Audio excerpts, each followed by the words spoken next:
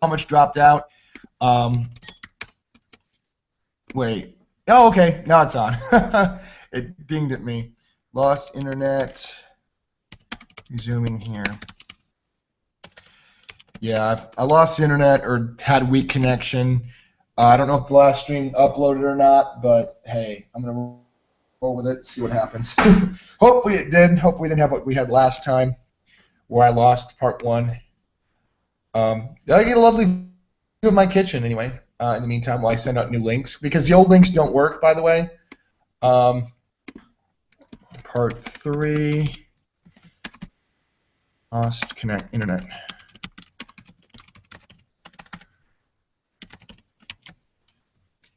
Sending links to all the appropriate places, folks. I just sent out a link to Twitter.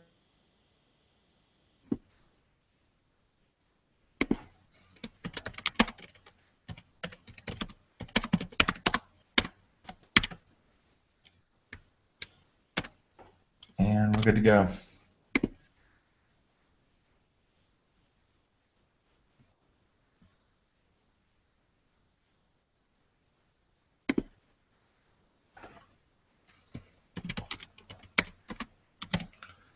Please do. Adam Hughes is starting to share more and more and more about his stuff. He kind of went offline for a while, which is kind of sad. He has very strong heart for rescuing not Saint Bernards. Oh yes, Old English Sheepdogs. And a lot of people are like, oh, there's so many other causes you could be supporting, and he's like, I have a passion for this. Him and his wife, Allison, both have a passion for it. And so many people are like, there's poor people, and you're worried about rescuing Old English sheepdogs. And it's like, come on, people. Let people serve the world and better it on what they want to do. Sorry, my little political soapbox, but that's kind of made Adam Hughes draw a little bit more from public life, and it's kind of made me sad about that because of that. And it's just a stupid thing that people have harassed him and told him and harangued him like, oh, blah, blah, blah. You know, you shouldn't be supporting just Old English sheepdogs. And that's what he's got a passion for. Let the man do what he wants to do. That's my little aside. I'm glad to see he's posting more regularly on media outlets because the world needs more Adam Hughes in their life. He's a great artist. Anyway, back to Catwoman. I had some people watching. I lost internet. And I'm glad to know they're watching. If you're watching again, hi. I may not see you in my count of people. I don't know how Google counts stuff. So if I don't say hello and you're there and I'm talking like you don't exist, that's why. Because I don't know how Google works. I mean, I know how Google works. I don't know how Google Hangouts work. Everyone knows how Google works. 50-year-old grandmas know how Google works. I mean, I don't know how it works, but I know how you use it. Let's be more specific there on that. Everyone knows how you do a search on Google. How Google does its searching, I don't know. I try not to fuss myself with how a product works sometimes. Not something like Google. It's probably a proprietary secret anyway. I don't even know how Google works. I'm just grateful there's a company that can do things that Google does do. All right. While I'm rambling on and on about Google and Gmail, which I love Gmail, I am inking in some of Catwoman's meshing again. Getting the boring stuff out of the way so that I can get her costume. Because to me, the boring part of this is the costume. I think a lot of people will look at this later and go, oh, wow, her costume is so intricate. And I'm like, yeah, it was a pain. That's when I'll probably respond, yeah, it was a pain to do. Will be that kind of reaction. Like I said, my heart is not in doing costumes. Inking costumes is not where my heart is located at. That's why I'm so grateful that I've been working on Trixie Dynamite. Free plug. Trixie Dynamite, it's at TrixieDynamite.com or Trixie Dynamite, Facebook.com/Trixie Dynamite Comic. There's a way to follow her on Twitter, but I have no idea what her tag is. I've forgotten it. I followed the account on Twitter. It's not really a her, it's a character, so it's not like you'd be responding to a real person. Anyway, hers is pretty simple. It's basically a tunic that she got from her. She's basically the last of a long line of a family of protectors that have protected Earth from possible imminent alien invasion. It's like kind of a silly, light-hearted jaunt, all ages, and it's a very fun book. But at the same time, Trixie's uniform is just a giant space helmet, which her pigtails come out of, which is kind of funny because a lot of people say, "Wait, her pigtails come out of her helmet?" And it's like, yeah, that's kind of the joke, guys. It's meant to be lighthearted. And so, wow, it actually does look really good when you get everything done on the costume. It doesn't look too bad at all. If you can see it, it's like you can see the mesh on it. It looks pretty awesome. In any case, so Trixie's an all-ages comic. It's meant to be lighthearted and fun, but her dress is pretty simple. It's just a tunic. I think it's supposed to be a guy's tunic that she repurposed and made it because it was long enough on her. She made it into a dress. But I'm pretty sure the first hero wore the exact same tunic, and his was kind of like, he used it as a shirt, long shirt, and she used it like a long dress, like a short dress. And Trixie is she's slightly unhinged. She's not quite 100% consistent in her mental brainwaves. She is a little bit overzealous in her protection of Earth. Perhaps too much so. So she's one of those gung-ho heroines that means well, but might not be doing the best things all the time. But as such, like I said, her costume is ridiculously simple. Thank goodness for that.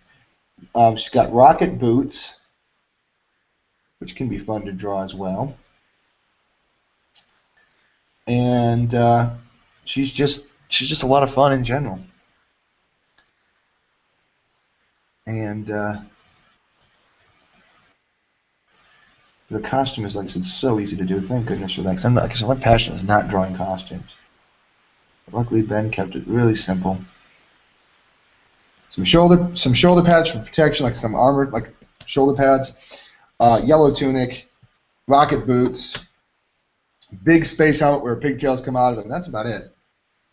And the best part of it is she's got these two pigtails that he always has the artist draw as these big, long, curving, flowing lines. So it's hilarious because you get these wonderful pigtails that go all across the panel in this zigzagging fashion. So it becomes like Wonder Woman's lasso. It just floats around in space for no other purpose than just to float around. Because that's what Adam Hughes will do on a Wonder Woman cover. He'll just outright say, "Hey, you know what? I'm just going to draw this lasso going everywhere." Because he's like, I just realized, he says in his book, I realized that Wonder Woman's lasso is a great Art Nouveau decorative element. So he'll literally just draw Wonder Woman's whip going nowhere for no reason except just for the purpose of just making a decorative line. And as such, it's amazing. You get this wonderful, everywhere curve arc.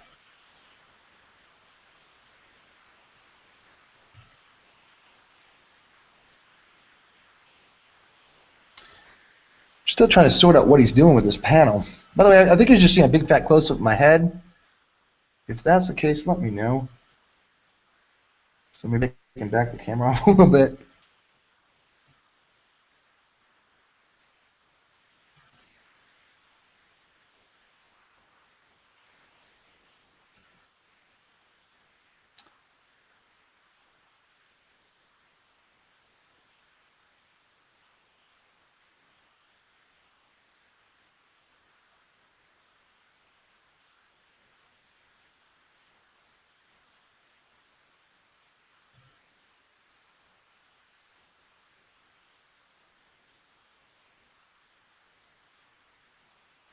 I just don't know what that's supposed to be. Oh well. If you ink it faithfully, I'm trying to figure out what I can see what that is. I mean, I can't make out what it is. I mean, I inked it right. I just don't know what it's supposed to be. I'm trying to determine what Catwoman's thumb is supposed to be. There's definitely a line here of some sort. Like that. Oh, it's her thumb wrapping around because it's like Yeah, and there's a claw on it, so I guess it's part of it. In any case, the parts out did look good. I just can't make out what they are. I inked them like you drew them. So hopefully that means that the colorists will be able to see how they would work and color them like they should. Because once it's out of my hands, it's gonna be in the colorist's hands. Not that this page is gonna be colored, but you know, that's the way it would be on a real page. I gotta look at my feed, make sure you guys can see everything. I'll back up a little bit. Oh, I can't go any further back. Oh.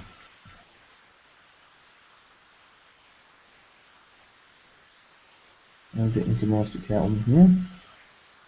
The other side here.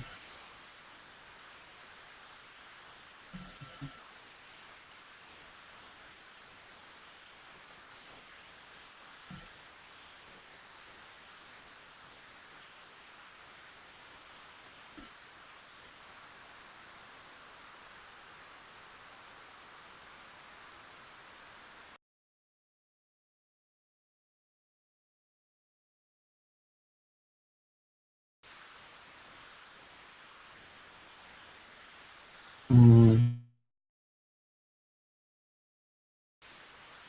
Oh, the brush is really it's kind of dirty. I did kind of run off and get my internet connection. I don't think I really cleaned the brush at all. I was just like, oh, it's back. Yay, let me fix that.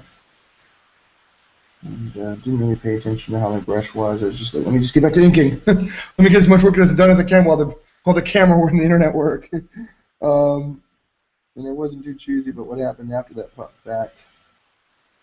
Once I got the internet up and running, I was just like, oh joy, Kalu Kale, and went and got the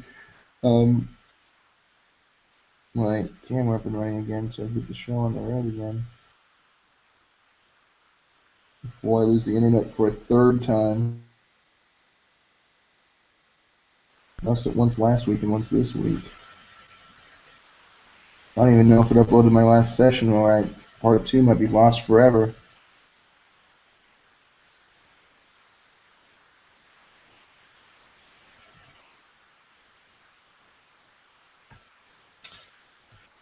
We shall see. Right now, I just want to get the page done, and my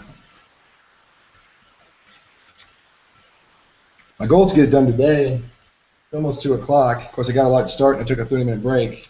Two breaks amounting to about 30 minutes. I'm going to get the rest of it done. I've only really worked on it for like what, 3-4 hours? 3 hours technically, because I got it started at 10:30. Really didn't do consistent work. If I was a real like inker, I'd be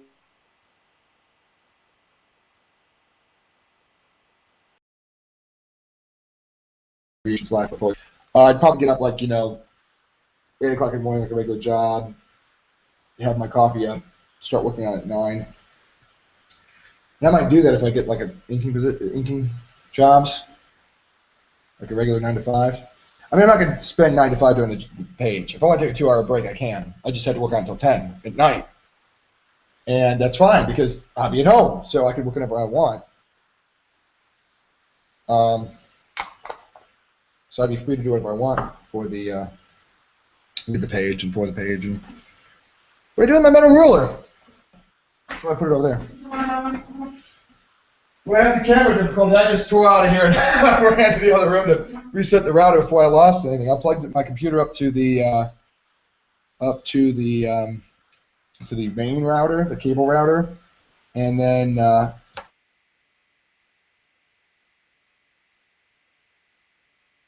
wireless. Wireless is helping out when I read on online reviews. It gets the job done, but it does require a lot of resetting, so that sometimes causes me to lose a lot of connection.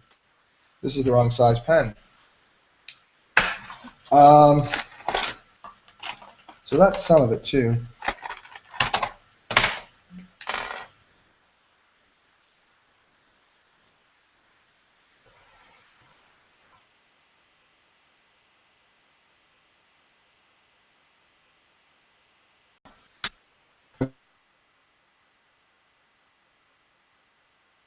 With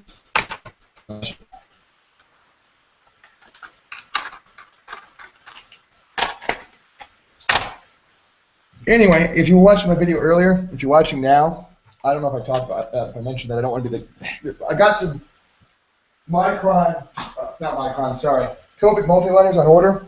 I haven't heard from the guy yet, and I'm wondering if he remembers who I am and what I wanted. And I told him I don't want to be. I was saying earlier I didn't want to be.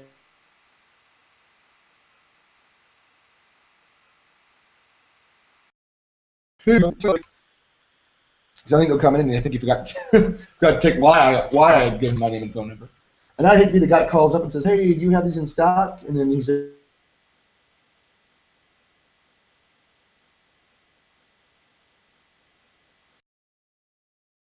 and have him say, "Well, y'all told that guy gets one getting reprimanded either for not being patient." Because that might take him a while to get him in. Because even Hobby Lobby was out, and I was just like, Hobby Lobby's out. A lot of people are probably might be out. I also, from what I understand, I don't think there's a Copic factory in America. I'm pretty sure they're made in Japan and brought over. In some kind of tanker out there in the middle of the Pacific right now, for all I know.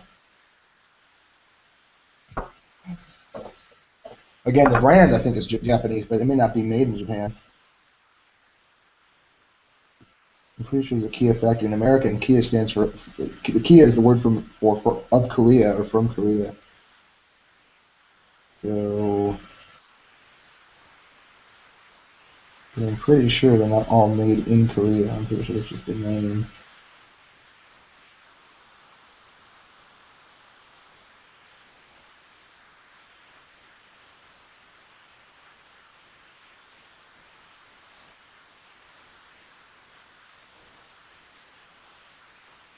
Like those old, the current Facebook Connie things, you know. This was made in New York City. New York City. I imagine it's the same kind of concept with Kia. What's the name mean? From Korea. Where's it manufactured? Michigan? Michigan! You know? I don't know.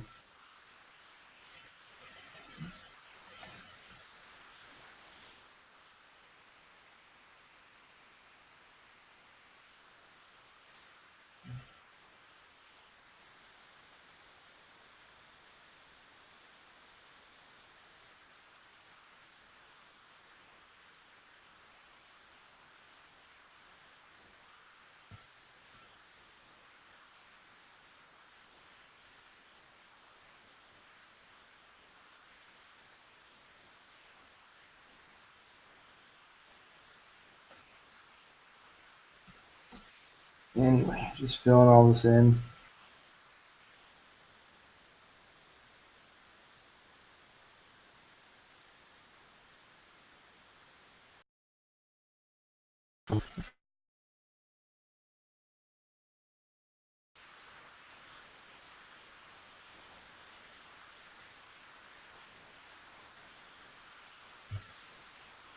I'm really concerned to have to rely on pens, so I try not to rely on pens.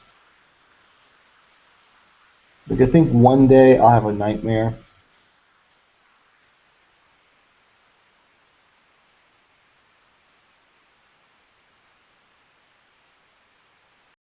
It's like, oh, you have to use a pen. Then I hear dun dun dun, and I'll scream and I'll wake up.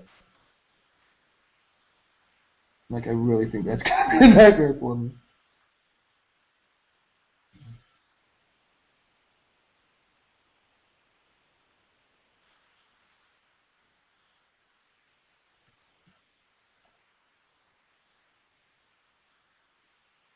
By the way, I still have nightmares that I'm late for class. Like, I'm like, oh, I should have been going to this class for like 6 months, and I just showed up now. I keep forgetting this class is in my schedule. I graduated like 4 years ago. If you're in college now and you're watching this, you will still have nightmares that you're late for classes that you're not even supposed to be attending. Um, well into your graduation, well past graduation, unless you're a student that just doesn't give a crap about education, then you'll probably you have to go to class. Anyway, late for classes, So if you're an adult in the real world having nightmares about being late for your college classes that are long since over with, you're not the only one. What makes me laugh though is that I literally in my last dream I had like that, I was like, what class is this? Why do I need to take this class? I have all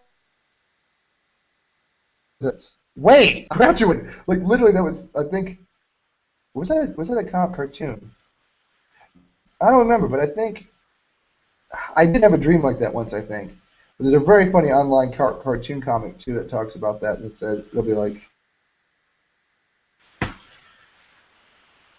man, I thought I already had this class, and it feels so real when you're in it, and then you realize later, wait a second, I graduated, and I thought I was a big dork. I mean, I am a big dork, but I says, yeah, honey, I had a dream like that. She goes, I still get those too. She's been longer graduated than I've been. She started her program earlier and didn't switch. I didn't declare a major my first semester, basically because the major I wanted to declare wasn't officially opened yet. And by the time I needed to declare a major, by my senior year, I mean my sophomore year, it wasn't still there. It's like, I can't wait all day for them to finally approve curriculum. I have to choose a major.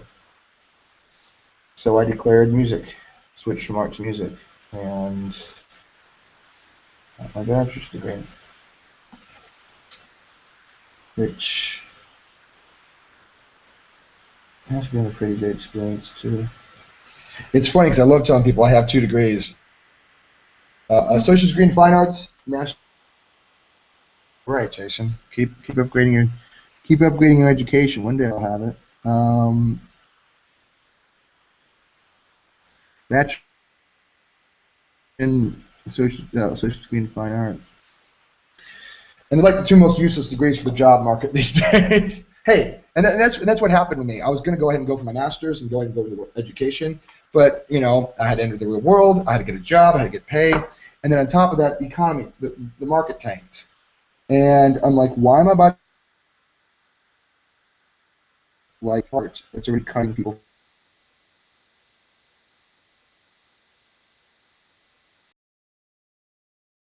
It's basically drying up because there's people with bachelor's degrees that were going nowhere. There's people with masters that were fighting for positions.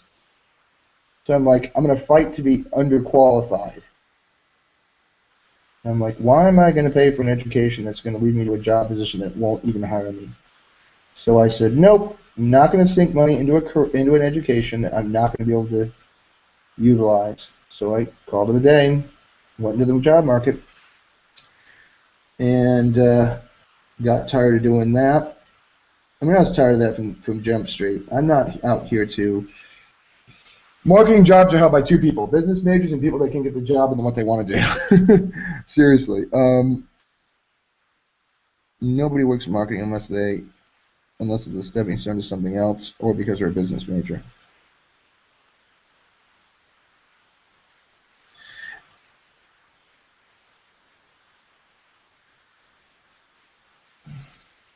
Usually not. I mean, I'm just, like I said, my heart is not in marketing in general.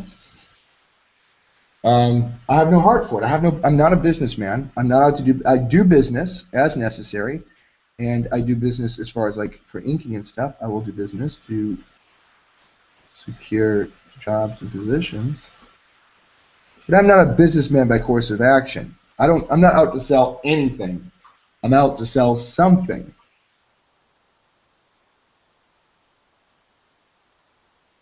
I have no package selling. I have no interest in selling products that I haven't. I'm not out to just say, well, this is a great product. Again, I'm not saying you should see this movie, but one of the interesting parts of Wolf of Wall Street was the part where where Leonardo DiCaprio's character says, "Sell me this pen," and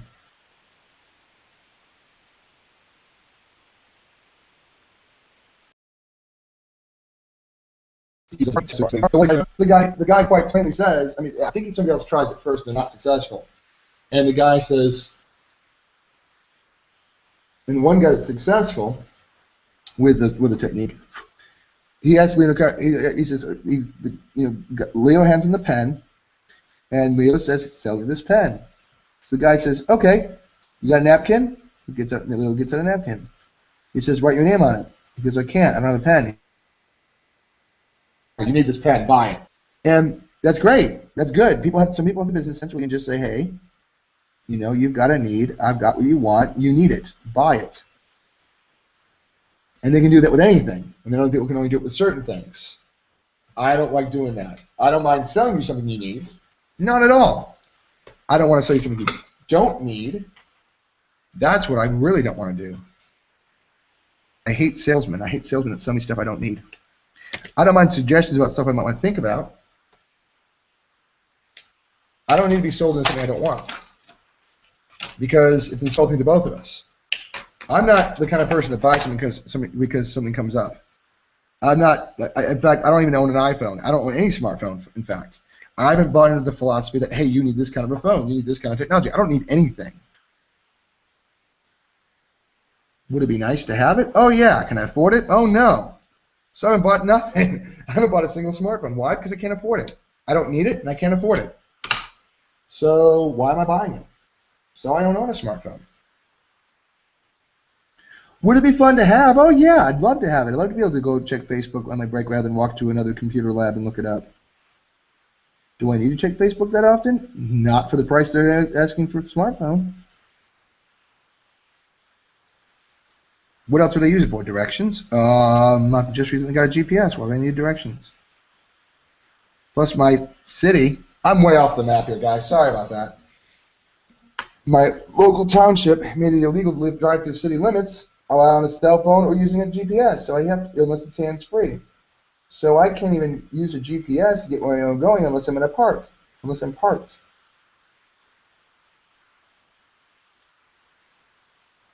So it's not even useful for that in my local township. For a change of pace, I'm just thinking in the borders. One, because it makes it look more finished. Two, because it's something I don't have to really think about very heavily. Plus, it just makes it look so much sharper when it's all done. Now, is my inking as good as David Yardens? I don't know. I don't know how good I was with judging the Catwoman costume.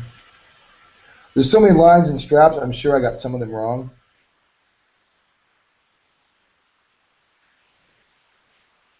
Does it look good? Yes. I'm very happy with it. Jules, don't eat stuff off the floor. Do you need food? My dog is eating stuff off the floor, as dogs do. But anyway, I know it's a darn sight better than the version they published digitally. If just for the portrait of Catwoman. I always call them portraits. What are you really painting? I'm painting a portrait.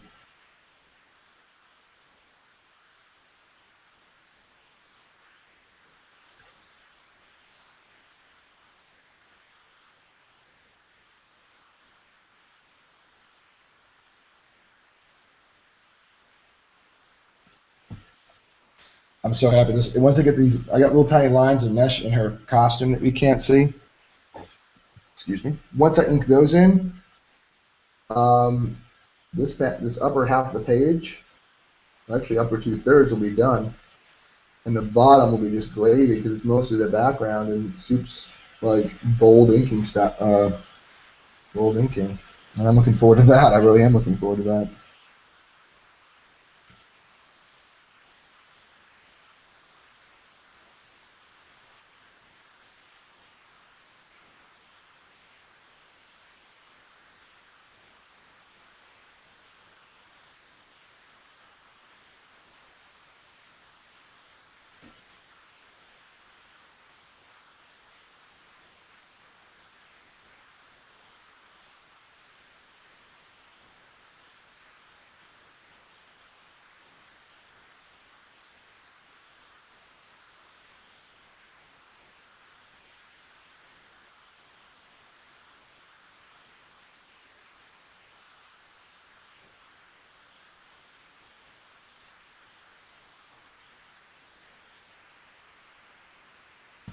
And look how good that looks, the top panels.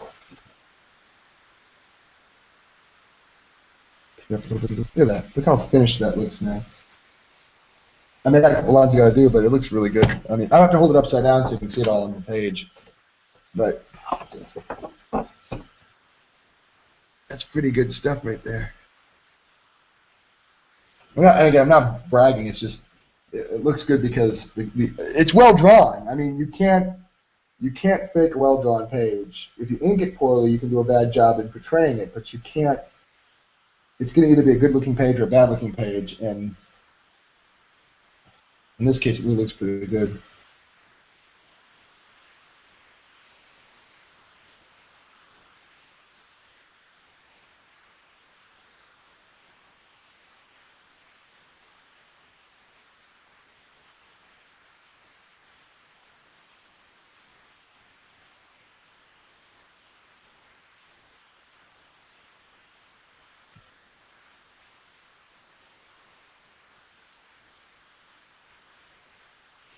So yeah.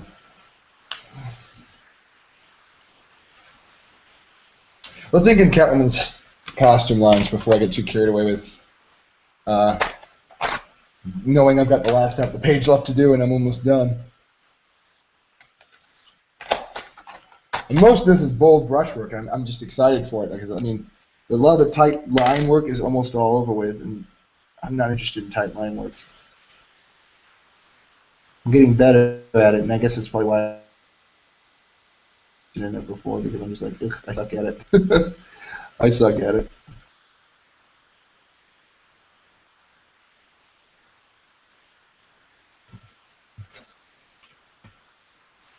Let's put it the other way.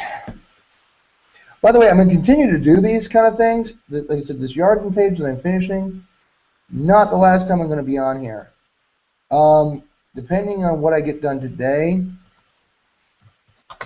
I'm not going to probably do another page. I'm probably just going to stick with, like I'm not going to pick another David Yarden page and do it. Probably not. It's just, I don't know. I'm not super, I don't want to just do like a repertory of pages. I might eventually do a bunch of pages, but I think what I'm going to do for the most part is going to be other projects, like my personal projects, like Trixie Dynamite. This is just something I want to do for my portfolio. And I figured, hey, if I'm going to do it, let me document it live. Let me show you what I can do live. Let me have a video record of what I think if I'm going to do something and do that. Printing this page was something of a Herculean task. I needed to go find the right printer, the right person to print it, and so it wound up being more fuss than it was worth. If I'm going to become a professional inker, I'm definitely going to go in there with boards and say, print this, the guy that I know. But the problem is, if I do go get them printed, that takes up my morning, and then I can't do the live feed. And I don't think the guy I need to print this works on Sundays. So I'd basically have to take a week off, come back another week with the printed page. Because the only days I have off are one day a week, which is today for this week, and then Sundays. So I can't just go, oh, let me go up and get a printed page because, you know, I'm usually working 9 to 5, right when the printer works. And the evening lady, she don't know jack about printing. She's told me that, and she demonstrated that by mangling the first board I tried to send food their way. So it has to be the wrong printer, and he only works mornings, and so do I. So getting pages is kind of tough. Getting pages is tough. I wonder how close these goggle pieces are to being circles. They look pretty squared off, but let me see. I might be able to fake it. Yeah, I don't know. I hate having. I mean, I hate having the inking out traditional any other way, but without guides.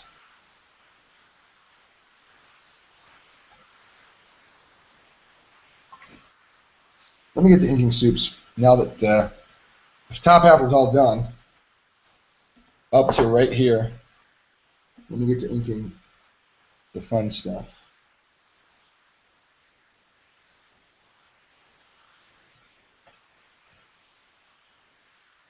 Find a nice tip on this.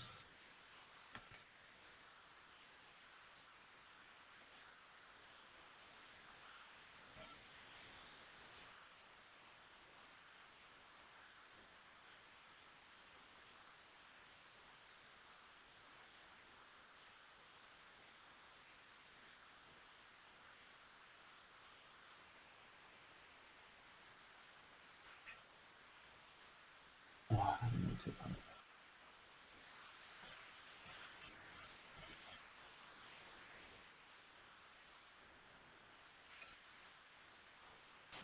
Are you able to see right at the edge of this?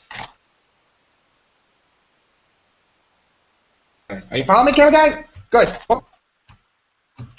You know?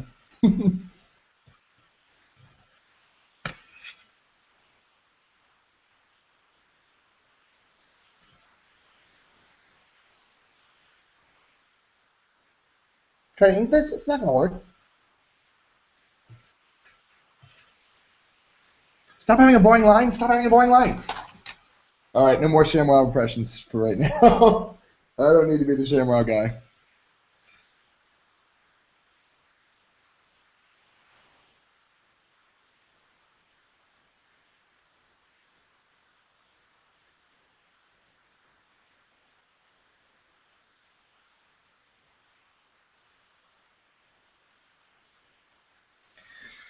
Oh, boy.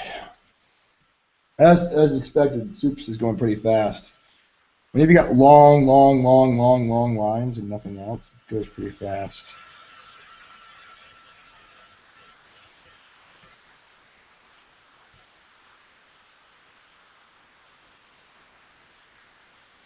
Especially when you're dealing with Superman's manly chiseled chest.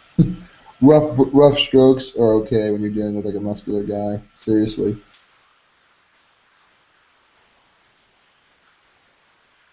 You can get away with it pretty easily. The dog walked in here like she was expecting someone at the door. Hoping that's not the case, I don't need another replay of last week. Still upset about that. Our cul-de-sac is supposed to have no soliciting, and yet somebody went door to door. And that's when I lost my feed. I lost half of my video I was doing, and it was very annoying. So I was like trying to explain to them, like, I'm online right now. I've got people watching me. I've got this whole situation going down, and you're distracting me from a live broadcast I prepped a week to do. And I was trying to be nice. Because again, I don't want to be that guy. Don't want to be that guy, as I always say. I really don't want to be that guy, but she was making me be that guy.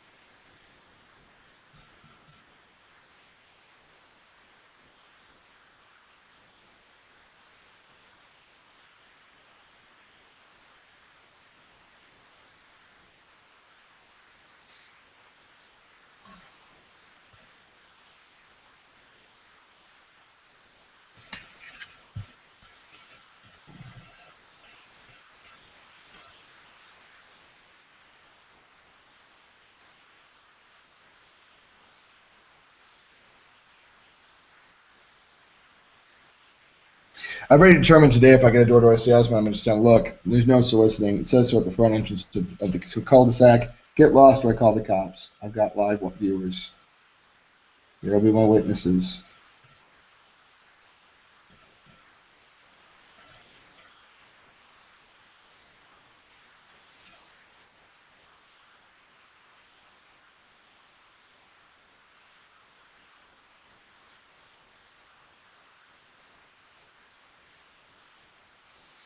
In fact, sounds like somebody's at the door. I'm going to take a quick break, guys. Keep an eye on this while I go check the door, see what's going on outside.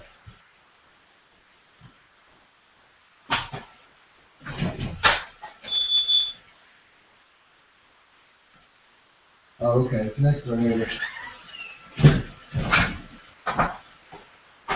Anything.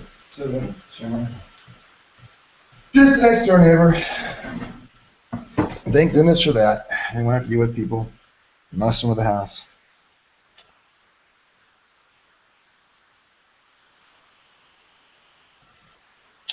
Inking in Superman's curl, as I've said before, it's part of his character, just like anything else.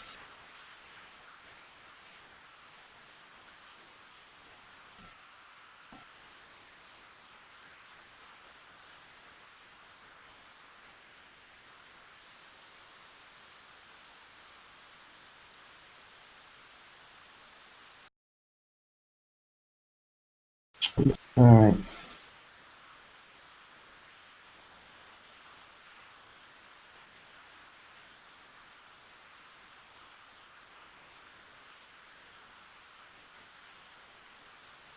Yeah, but I'm kind of excited because I might be able to get this page done pretty quickly.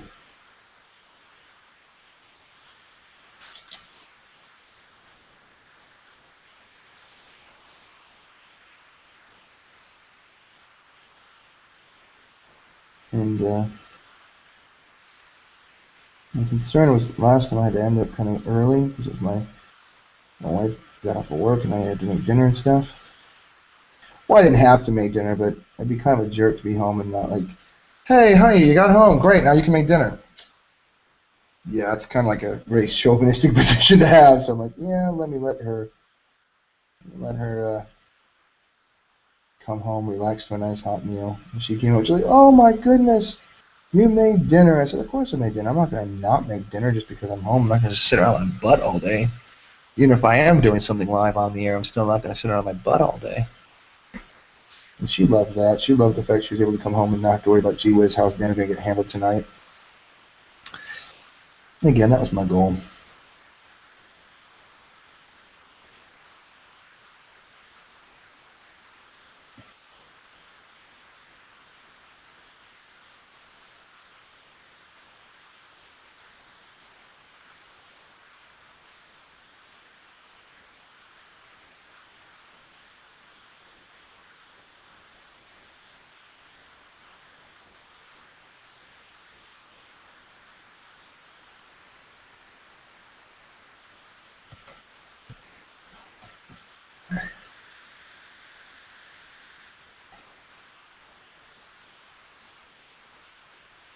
That's an X, isn't it? Huh.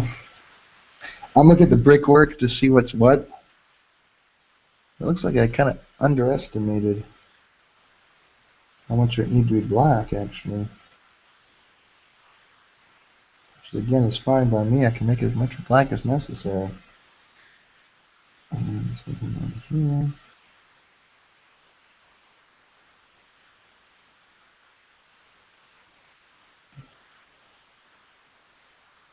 Just thinking in some of the blacks just for the fun of it.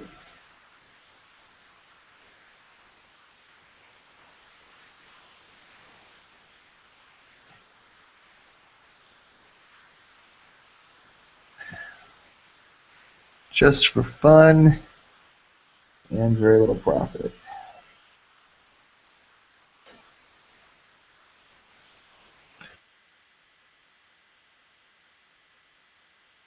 Is that part of it? Yeah, so I'm marking that for a piece there, so we gotta do that later on. Looking at all that good stuff.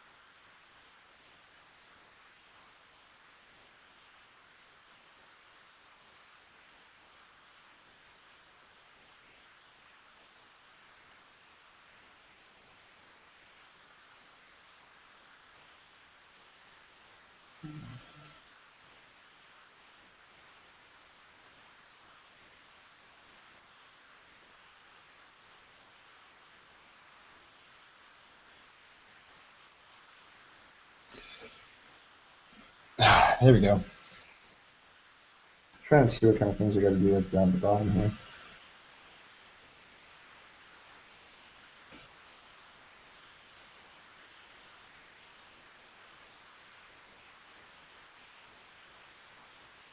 I love a dirty brush with some character in it. Really helps you knock out a lot of these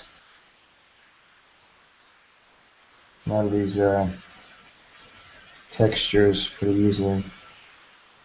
things that you'd probably be sitting there going, how am I going to solve that problem? And it's pretty much easy to solve. You just let it solve itself. Man, I got a lot to do. Oh, I didn't see Soup's hand then.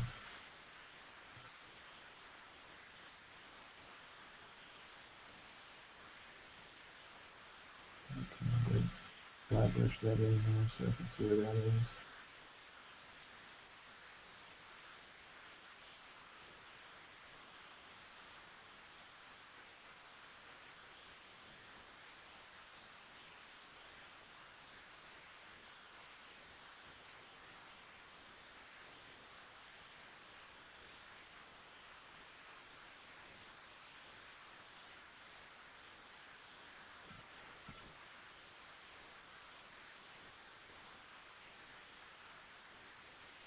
It's like painting waves coming up on the seashore. And all this stuff.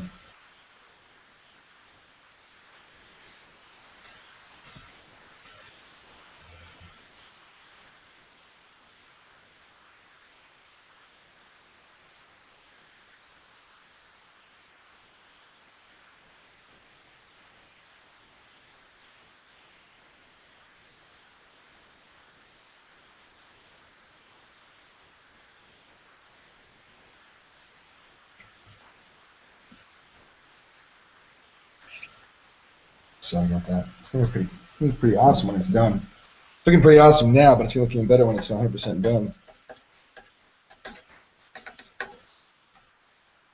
What I'm working on in my brain as we're talking is how am I gonna do Catwoman's goggles? Am I gonna do that with a brush? Am I gonna try to do it with like curve tools? A little bit of both. I don't know. We'll see. I guess we'll see when we get there. Right now, I just want to get kind of Soups done. So much fun inking Superman on this page because yeah, he's got some costume details, but for the most part, it's like lots of long flowing lines and lots of chunky blacks, like like Manola or something, in a cowboy or something. Probably not the best of analogies to make, but it's when I think about big chunky blacks, that's what I think about is the impact of a Mike Manola page or something.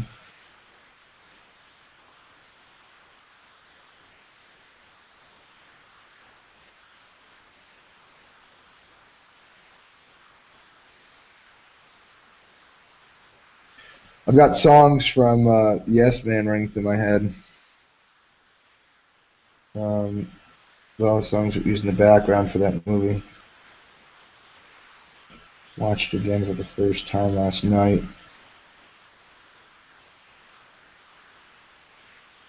I guess on a side note, it's pretty hilarious that the guy Terrence, the guy that runs the Yes campaign, the guy that's like the Yes guru, is General Zod. I still laugh about that. Like, why do I know that voice? And then I looked up, like, why do I know that name? And then I looked at IMDb, and it's like, oh, infamous for playing infamous for playing General Zod in Superman 2. I was like, oh, of course. No wonder when he screams yes, I have to think about something commanding. I'm thinking about kneel before Zod, rise before Zod.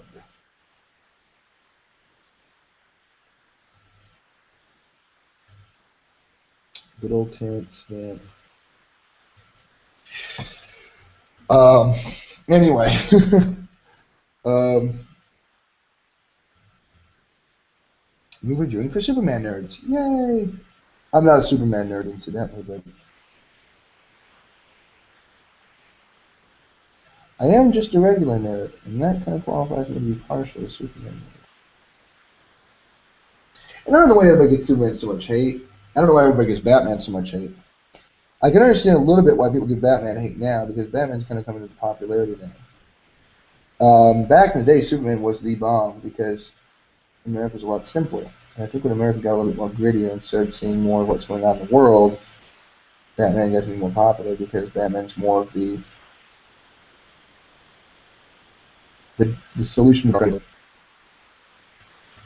Superman's solution to the dark underbelly is to be as true to yourself and as true and good as you can be. And when a lot of hometown boys started looking kind of, I don't know what's the word for it, kind of flawed, started realizing we needed a different kind of hero. That's when the Batman and the other bad boys started taking more prevalence.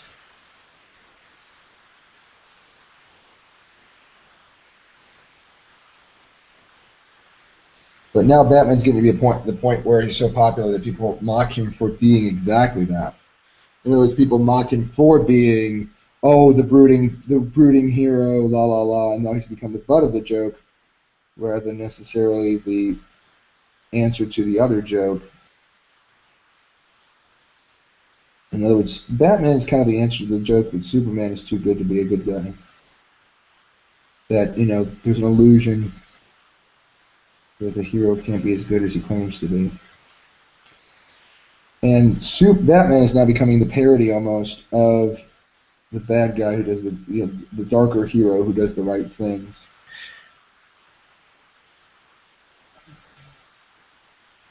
So it's almost like they're both parodies and answers to each other.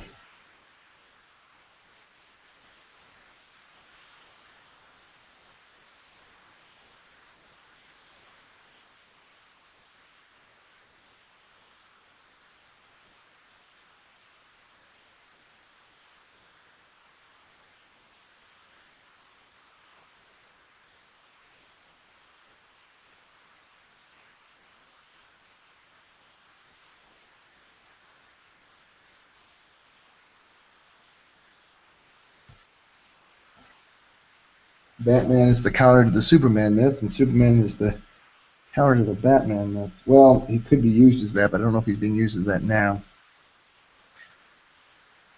I think people just parody Batman like crazy. Classic example, College Humor's parody of Batman. They call him the Bad Man. But they really can't technically call him Batman. But everybody knows what they're doing. See, he wears the same exact suit, for crying out loud. It's not like they change him in his costume. It's still Batman's suit. Still Batman's villains. Everything's exactly the same. They call him Batman. And they make fun of it's most of the Nolan films that they're making fun of. But it's just the general concept of Batman in general that they're kind of parodying. And again, that's because the whole mystique of Batman now is that we want the bad hero that can do the things that the good guys can't do. So that's becoming a cliche too. And that's why a lot of people are parodying Batman. That's why I don't get too upset with him. Because it is getting to be a cliche now. Batman is getting a little bit of a cliche. He's also an awesome character. The fact that people have kind of used him for one thing doesn't remove the fact that Batman is still an awesome character. A lot of people also bring up the fact, oh, he's a millionaire playboy and he uses his millions to pound the daylights out of criminals instead of using his millions to provide justice. And it's like, I don't know. I can see the argument that he's just basically a wounded child who grew up and then decided he's going to use his fortune to exact a vengeance that maybe not be his to exact on Gotham's criminals.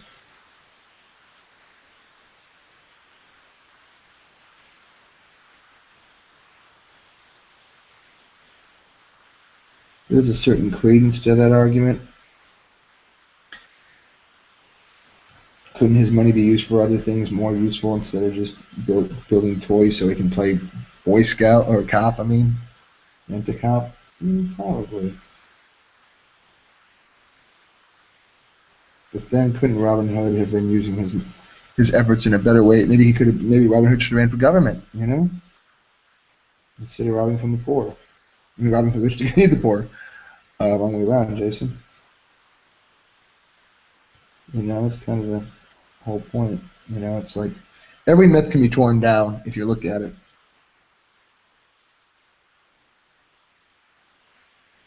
And I wonder how smarmy the people are that are like, oh, Batman's just a millionaire playboy who beats up on criminals because he's too wounded of a child. He never grew out of it. I'm wondering how many people are just jealous, How many people are just like, whatever. I'm wondering, like, yeah, if somebody had cut you off in Starbucks, you'd be cursing them out. But, man, Batman basically is bringing justice to criminals criminals that are people that break the law anyway. And, yeah, I know two wrongs don't make a right, but I wonder how those people are just voicing their argument that Batman is an overgrown child just so they can be the guy that counters that. And, you know, the hipster, if you know what I mean, the hipster that goes, I'm too cool for Batman because Batman's just this guy that pounds on grown adult people. You know, how many of those people are actually legit not fans of Batman? How many of them are just being the hipsters saying, oh, I don't like Batman because he pounds on people? Yeah, there's a word for you. It's called hipster. It means too good for everybody else.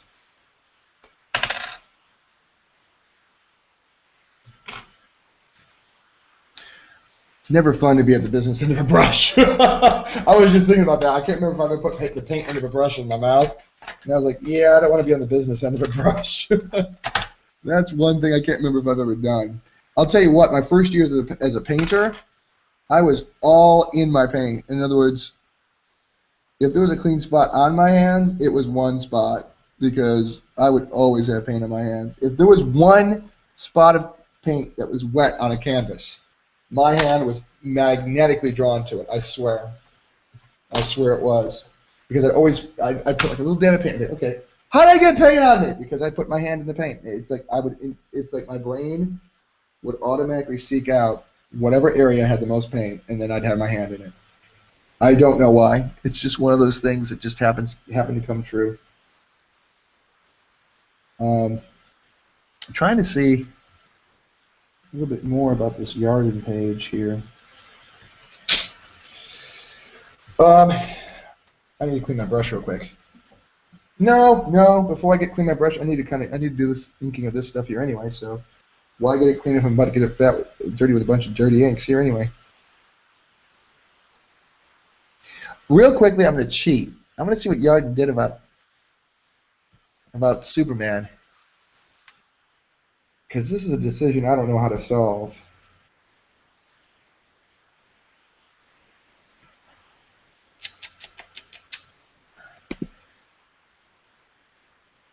Satisfactorily, I should say. I don't know how to solve it satisfactorily. I have 18 new tweets. Let me not look on that right now. By the way, I always have impeded. Interesting. I always have impeded internet whenever I do multiple things, especially when I'm live streaming online, which kind of makes sense. It would be kind of a no-brainer. Hey, I'm sending on live stream video. Wonder why my computer is going slow. Wonder why my internet process is so slow.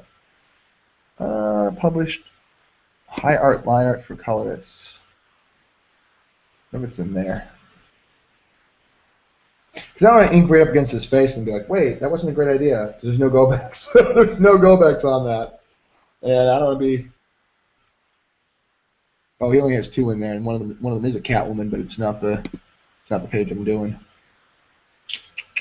I mean, it's well documented. He's got the Injustice page, I think, up there.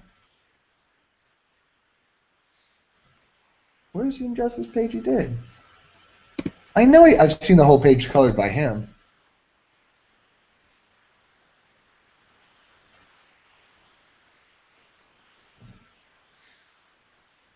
Or maybe I haven't. Well, I guess I'm going to solve my own problem. I thought I had the whole page up there. I thought Yarden it off at the whole page. Well, let's try one thing and see if it works. If not, I might have to come up with my own solution on that and hope it succeeds.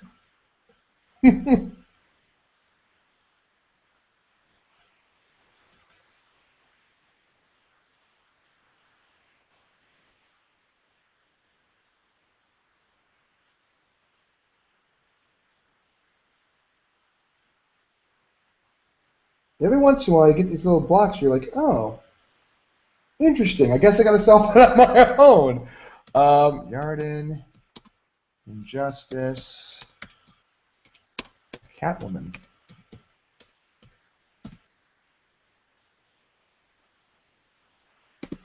Image search. Well, I actually see some of the pages, but I don't see that. I see parts of that page that he inked. If I put Superman in there, will it let me see the page? I am kind of cheating, though. I should find my own solution, but I'm just like,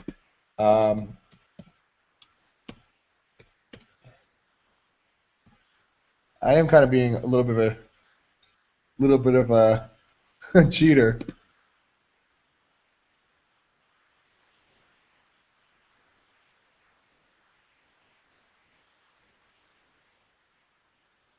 Cool. I actually see the dialogue for the page I'm working on, so it's kind of cool.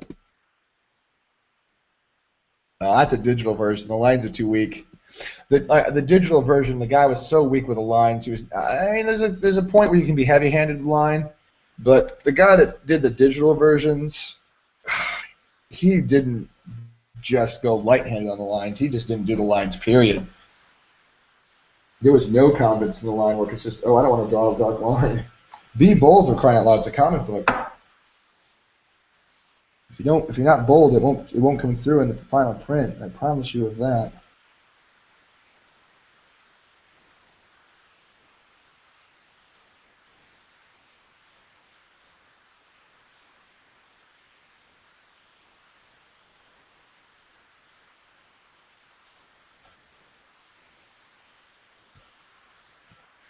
Meanwhile, I can go back to the other Injustice page, and yeah, I don't know what that is, but that's gonna get all anything like that.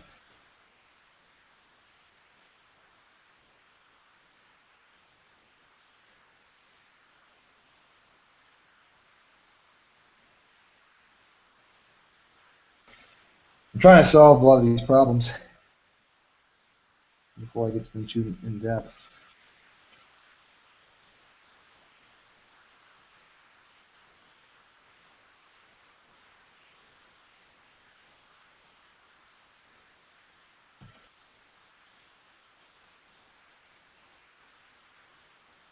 The thing is, I don't want to kiss right up with the rubber to his face, because then you'll start having a halo effect on his eyes, and I'm like, yeah, I don't want a halo effect on Superman's hair.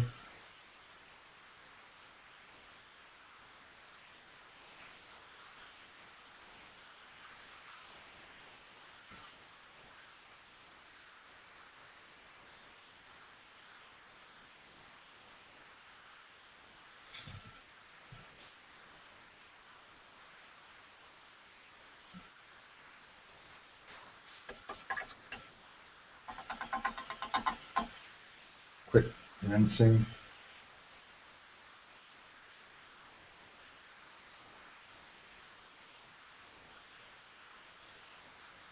Actually, let me do a full cleaning. I was trying to determine if I want to do more of the background, or if I want to do start some of the more of Superman's rest of the Superman details, and I'm like, I'll always have a dirty brush to do the other details of the background. I will not always have a clean brush. Let me take a break and do that. Yeah, it's almost 3. It's about 10 hours of work I put into this page. Heading on that.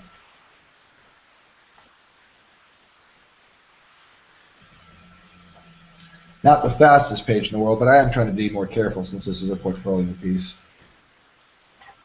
And again, I'm not working on this nonstop. I am taking breaks. I'm only doing this in like 3, 4, 5-hour stints. Like if I was doing this for publication, I'd be working on this more consistently. I wouldn't be babying my internet like I am from time to time. I'd be more focused on just getting stuff done. Another thing is too, it's slowing me down, is I usually work fast with music, and I can't have music on for the video. It's a big no-no.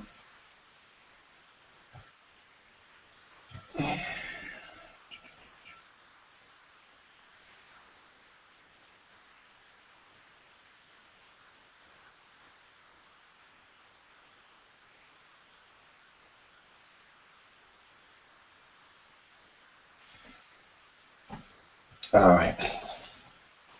Soup's cape is looking really bold. I love it.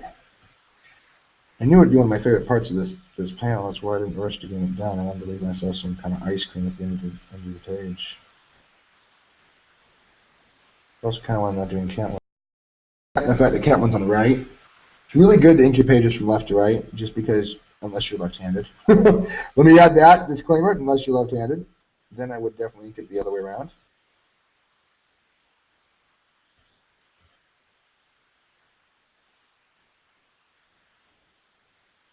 It has nothing to do with the way you read it. It has to do with the fact that Your hand is going to go over certain things.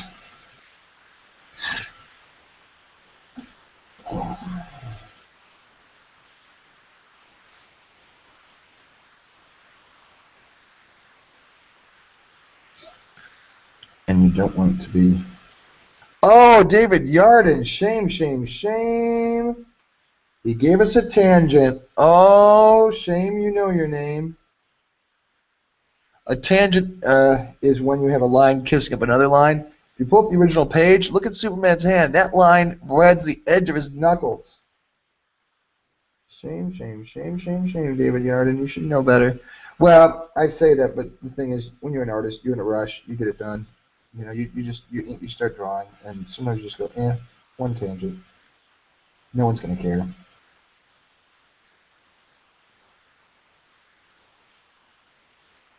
And I think 90% of the time, the stuff that people harangue other people for is stuff they do themselves by accident in a rush. Like, for example, if you take your portfolio to, say, like, a big name penciler and say, oh, look at this stuff, what do you think? They're like, oh, there's a tangent here, this figure here's got a one arm, one's too long, this, that, the other thing. And then you look at their pages and you go, that's exactly their panel there, that's exactly this panel here. Because it's a lot different when you're looking at a portfolio piece than when you're actually doing it. And I'm not saying that there's no artists that do everything 100% right. There's no way to do everything 100% right. Some things just look stupid and you have to do them exactly wrong so it looks correct. Just for effect. But at the same time, it's like,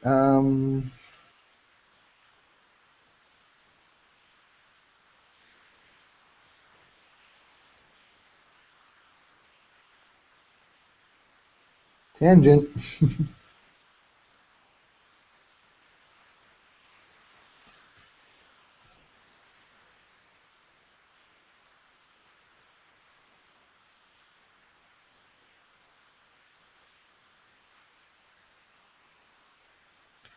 Helps people identify tangents in other people's work so you know what you're looking at. Again, I'm not trying to badmouth the Arden because it's an amazing page. Not at all. Because every artist is going to have a tangent somewhere. I mean, if you take something apart, you can always be like, why is there something cropping on top of the head? The main thing is you don't want like a telephone pole coming out of the center of a character's head, makes them look like a unicorn. Stuff like that. It's obvious stuff you want to avoid. Okay, so that is the back of his arm, I think. And then this part is back here.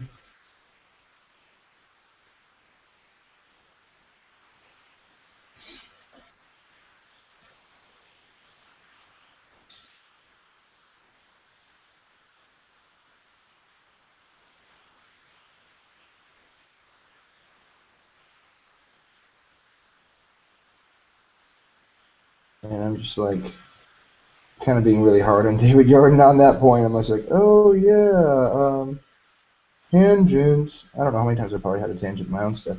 It's just funny to see those sorts of things because you're like, oh, right. Helps remind you these people aren't human. Sometimes are human. Sometimes you get this perception that, oh my gosh, you're such an amazing artist. Sometimes they rush for a deadline and they miss something. It happens. It's gonna happen. Every artist, no matter how wonderful, is still not flawless. It's just nice to see those things. It reminds you, okay, these people are human beings. They're not some sort of etching deity that etches something perfectly every time. And I think sometimes you lose sight of that because you fall into this fanboy mentality where like everything they do is like gold, and it's like it's not true. Everything they do some great work, but sometimes you just get so blinded by the fact that you see your own flaws so much easier than you see everybody else's, and that never changes. But it also helps you get better. I think that pretty much inks in Soup's body. So let me see if I can kind of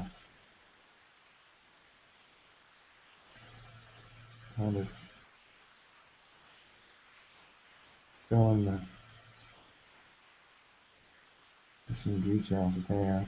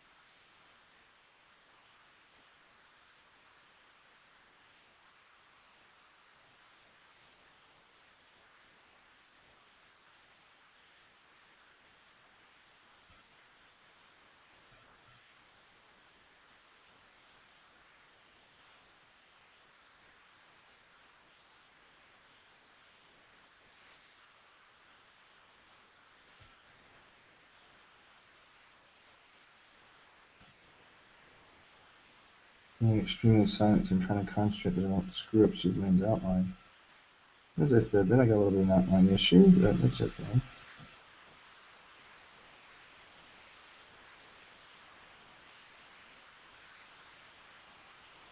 I don't want him to make it look like he's got a halo.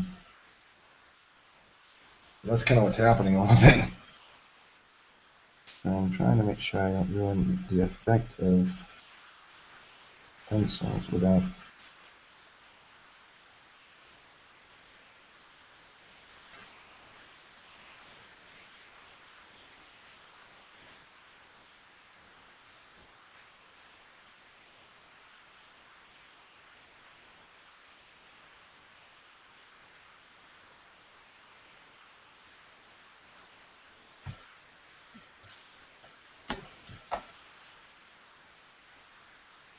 Yeah, it's pretty good.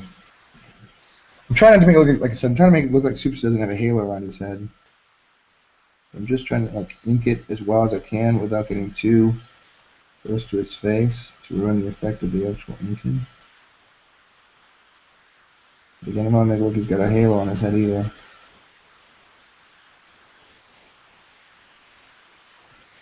So I'm kind of done the next best thing. I've kind of made it a little bit lighter on his head without being too light.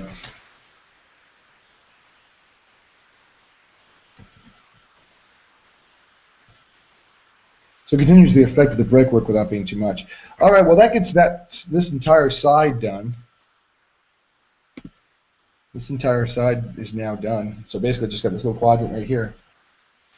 Let me wash my brush so I can get started on Catwoman.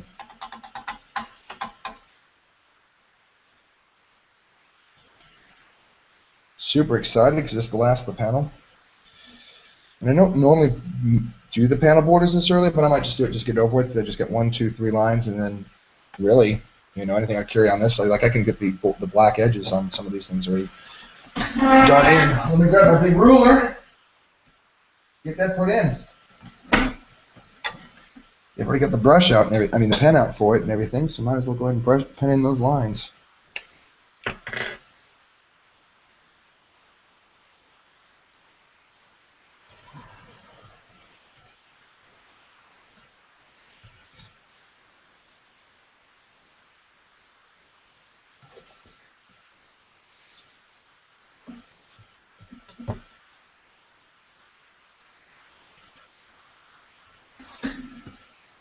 Stand up for this line. The paper's blocking me in the other direction. There we go.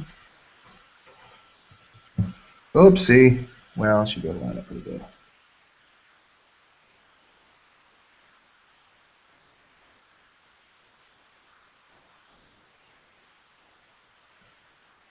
There we go. And now this one. This side's going to be pretty simple. Because now I can really get the borders on this side done. Now that side done. I think that's all we'll need the 8 brush for. I mean 8 pen. Now I just gotta get started on Catwoman's portrait. I just realized this is a good panel. This is a good page. And I don't know if Yarden did this on purpose, but this is a great page for inking or coloring because of 2 things. One, it's just a well-drawn page. The second thing is the level of difference of interesting. There's a level of interest. You've got 2 good close-ups, a medium shot,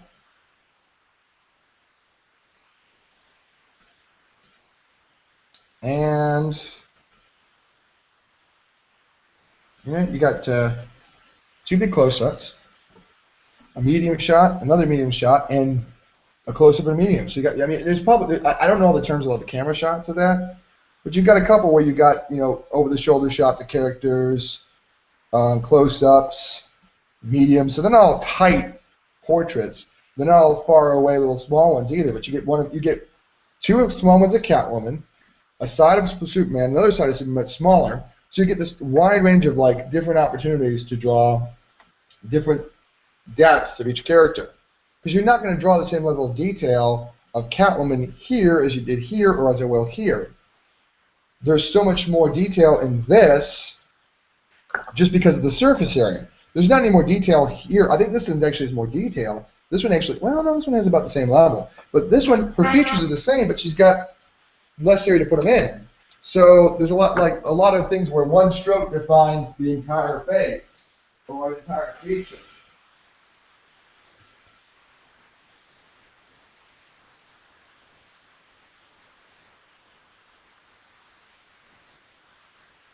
And I'd go so bold as to say that portraits actually might be a little bit easier when they're larger.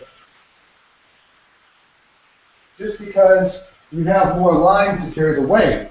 If you misplace one line on something like this, her nose is on the other side of her face. Whereas if you misplace a line here, all you're doing is shifting an eyebrow slightly to the side. So for me, I'm like, this is a harder portrait to do because you have to be exactly right. And if I don't prove my point on that, just like I said, go to David Yard's page, look at the one version that was released digitally that Yarden did not ink. And tell me that the small details don't make a difference.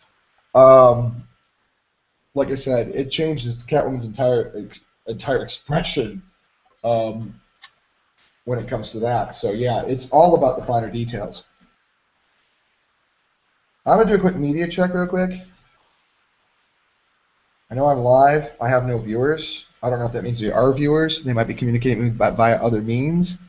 With my loss of internet, I'm kind of panicking. So whenever I see 0 viewership, I'm like, does that mean I have no viewers, or does that mean the internet's busted?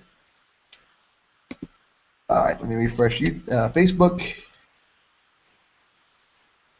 Yeah, it's running super slow.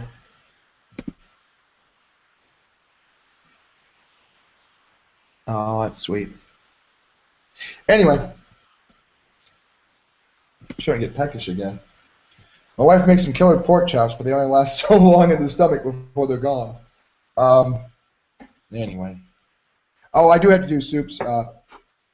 His gauntlet on this side is in shadow, so it is technically inked in.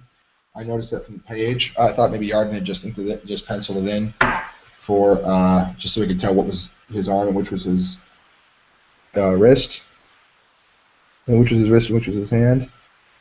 But upon looking at upon further inspection, I believe he just went ahead and said, you know what? There you go.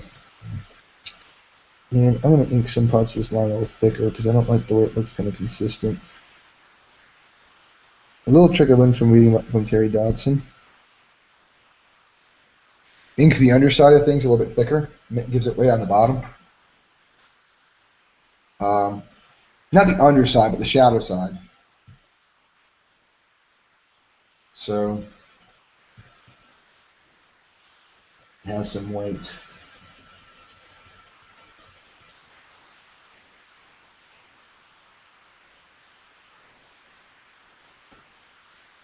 Which reminds me to be very careful about this. Got some really fine, thin strokes here. Let's go up here and see what happens there.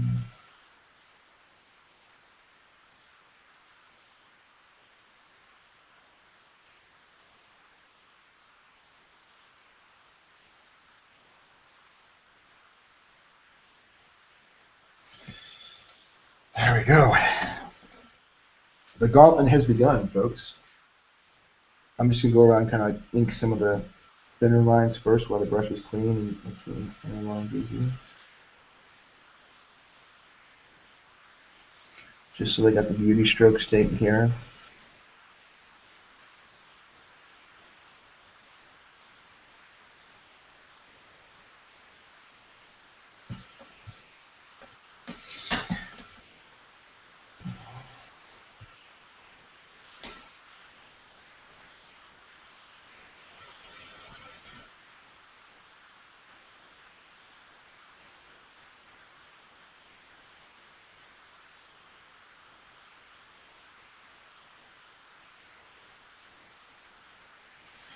There we go.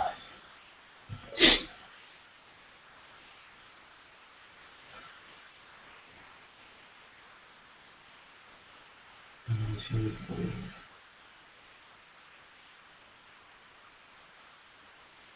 Trying to concentrate to get the right lines in the right places.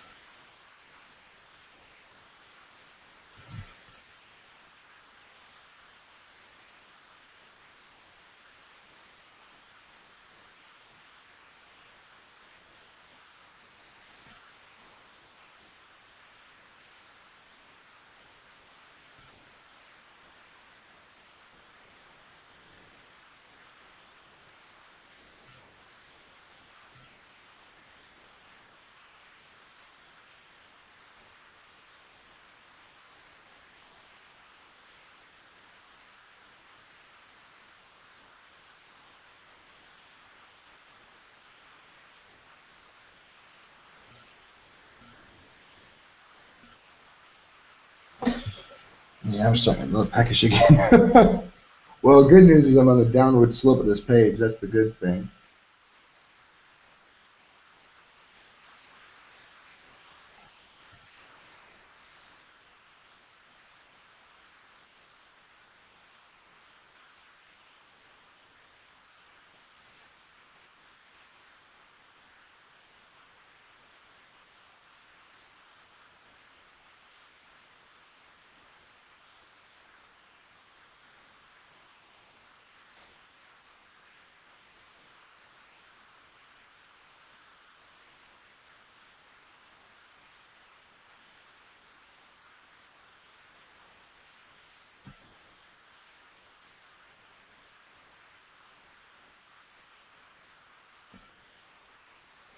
Mm, a lot of work.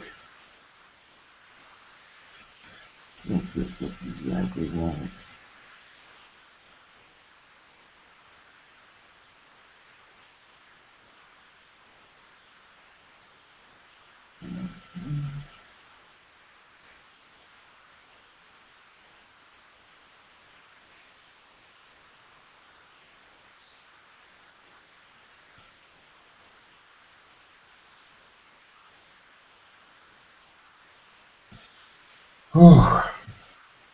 So it's a little bit harrowing when you're in the middle of it because you're like holding your breath and hoping it works all right.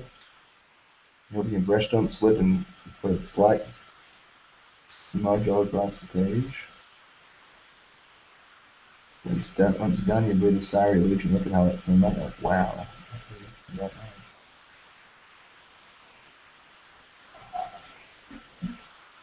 That's kind of where I'm at right now with the eye. And I want to see if any of the details kind of got lost in the in the.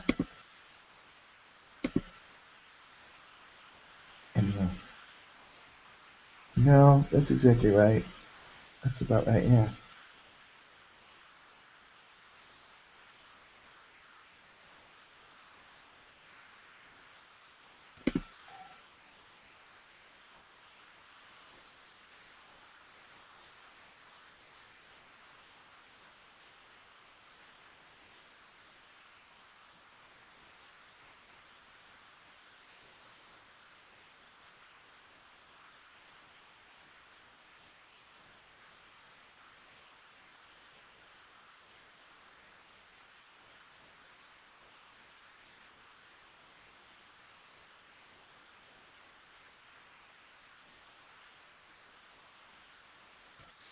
Wow.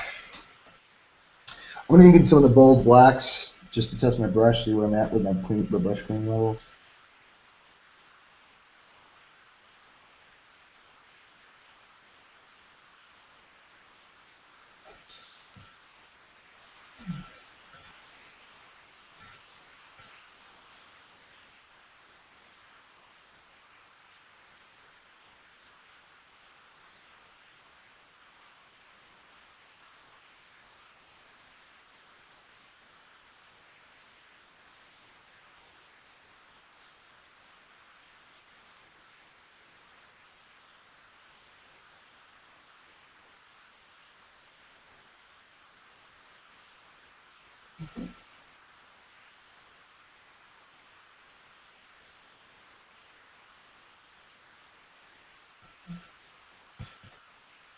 Fun times.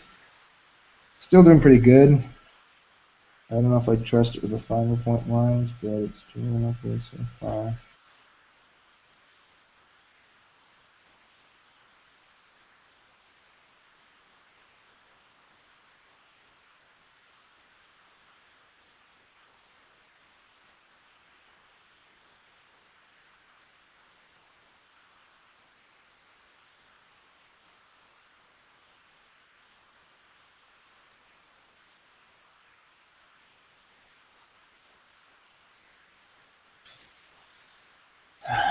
I'm going to start running good clean ink, so I'm going to start squeezing some more ink out there.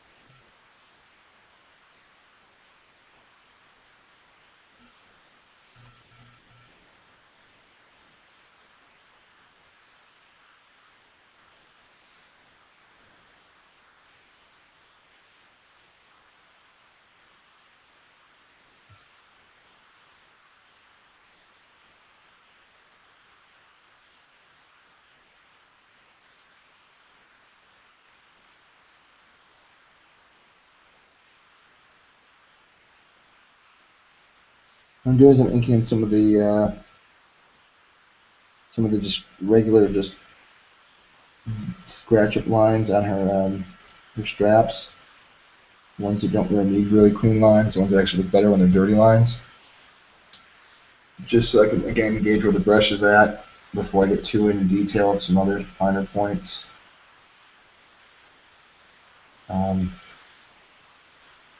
It's weird how the parts of the paper was just the ink, because the printer's ink that's on top of it. Interesting how that happens.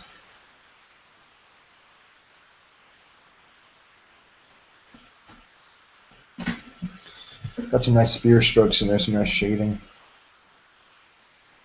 I need a lot more ink. There's a lot of Catwoman to do. A lot of it's black, and I'm happy for that.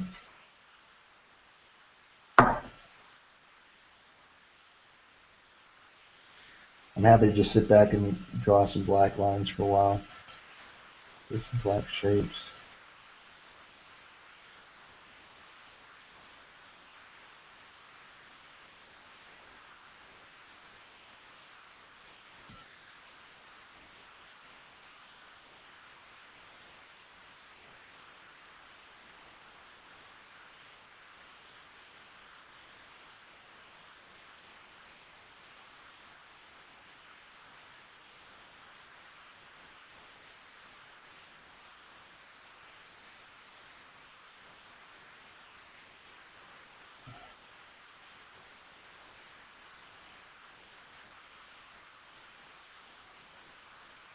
You and this is Xbox Live. I don't have my Xbox Live account anymore, and I'm just kind of missing it right now. It'd be nice kind of a break before I start work tomorrow again. I'll have to work for the next 3 days solid. 3 days solid. Usually I get like a day off like at the end of the week, and so it's gonna be kind of a bummer because I get my day off today, which I'm spending here with you guys. But it also means I don't get a day off like to the end of the week.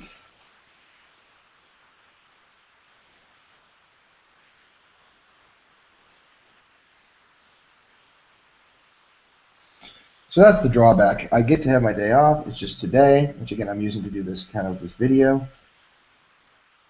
which I was looking forward to. I'm not looking forward to working at my day job. Not quite what I want to do for the rest of my life, so it's kind of a bummer.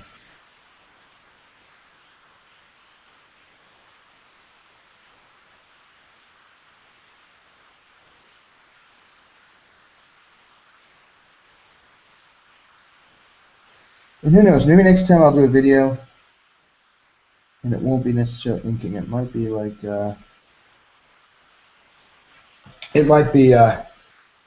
like how to clean a page, where I won't have to be on the whole day.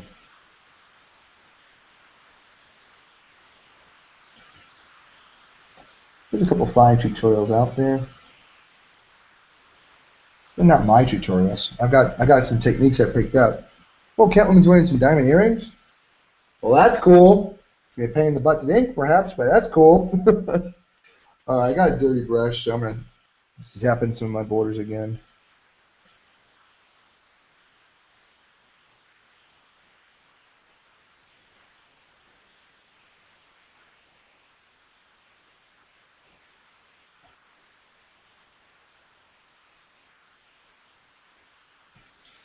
Now that I'm done with this part of the top part of the page, I can go ahead and ink this panel border all in.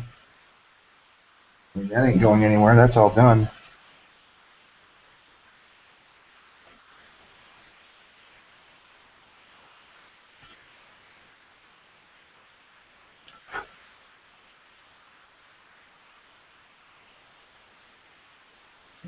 Ink that in. Man, I wish there was a YouTube approved audio. I really hate the silence, and I'm not in a very talkative mood today. I'm not in a bad mood. I just don't have a lot to say.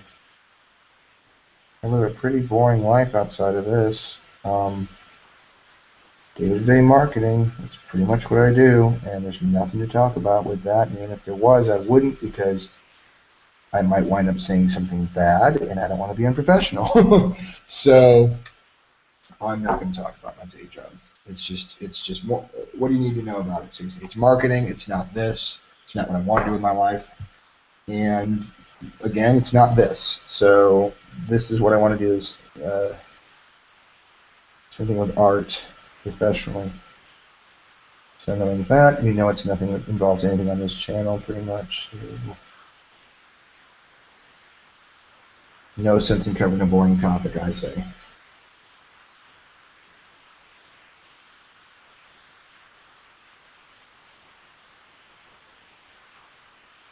That's the way I look at it. No sense in covering a boring topic.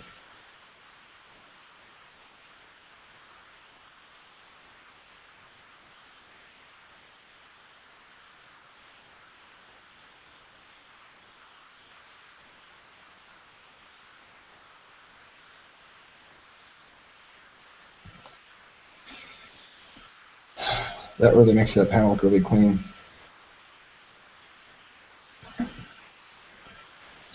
Part of me is like, wants to ink this little white space up there, but I think Yarden left it there on purpose to give your eye a break.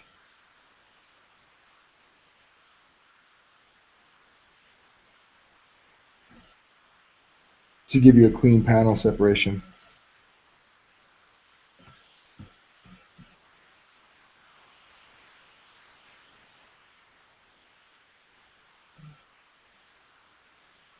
That's another thing you do. You don't need to do this, but I find myself doing this, and maybe you guys do too when you ink.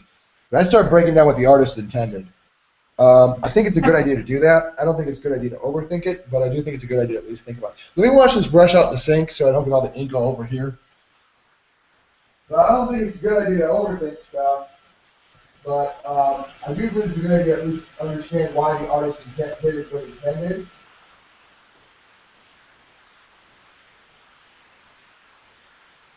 While it's not your job to do the thinking for the page, that should have been handled. You also want to have some level of understanding what you're plunging yourself into, because, I mean, you're in fact redrawing the page. So you should kind of have a general idea of what was going on when the artist, you put yourself in the penciler's position. And that's what I try doing. You want to think, I've got a handful of chips too on that. You want to understand why he did what he's doing.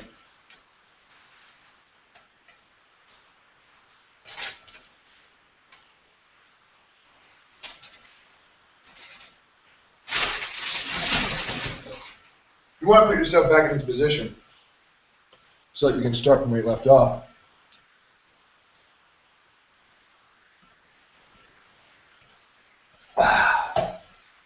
Good stuff. All right, time to clean with soapy water. I did want to get most of the junk out of it before I put it in that water, because as much ink goes out in that brush, I would have to change the water and wash the brush simultaneously. My goal is to do some of the face details, get them out of the way, and then we'll be good to go on this page. Honestly, a lot of this video is probably me cleaning the brush, unfortunately. It needs to be done, and as you see when I clean the brush, I don't know if we talked about this procedure. I get some of the brush soap, I get some clean water, some of the brush soap on it, and because these paper towels are not very absorbent, I can just kind of mill around on it. I usually would do that with my hand, twist in the palm of my hand when I do a final cleaning. What I do is I get it to the tips of the brush, and then I rub it like that so I can get to the ferrule. And if I gauge how dirty it is by how much black comes out when I do that. So, for example, like right now, there's some gray in it. But for example, see if I keep roughing it up, it's going to turn more whitish, like you do when you get lather on soap. And then as I turn it, I'll see if there's any kind of like black in it. And if there is, then I know the ferrule needs a little bit deeper cleaning. Right now, there isn't anything in there. I didn't let it get too deep into the back of it anyway, so. I was very careful to keep most of the ink in the back of the brush. That's why I don't use the bottle, too. I won't put it in the bottle. I just won't dip it in, because you could dip it in too far and you wind up getting it all the way up to there. I'm sorry, all the way up to there. All the way up to there in the brush. You only need ink like from the last half of the brush down, last half of the tip of the hairs down. You're not going to need ink back to here. You're going to need ink from here forward. So like that much of the brush of ink. The back of it's just to hold it in place and give it shape. The barrel holds ink, but it's not for inking with it. So why put too much ink in there? It's waste of ink, and it dries out and makes a mess. So the way I look at it, why even put it there? All right, clean ink, clean brush. Let's get to some of these finer hairs and finer points.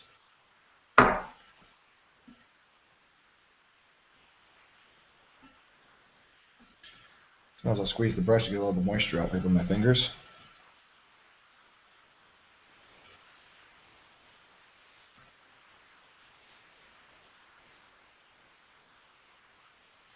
Okay.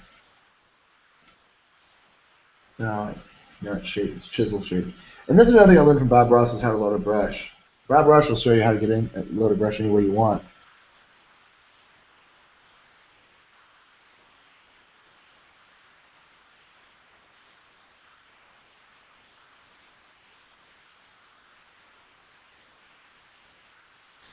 Interestingly, what Bob Ross did with brushes, he would actually do like a chisel loading, and that one was interesting.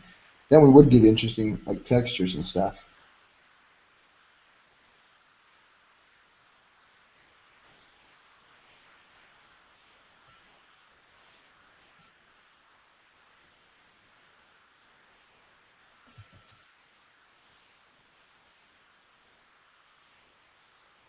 Of course, there's some things you can do with Bob Ross you can't do here. Bob Ross is dealing with a higher viscosity paint. I think his paint was very, very thick, if I'm reflecting. Because he used a specially formulated oil paint.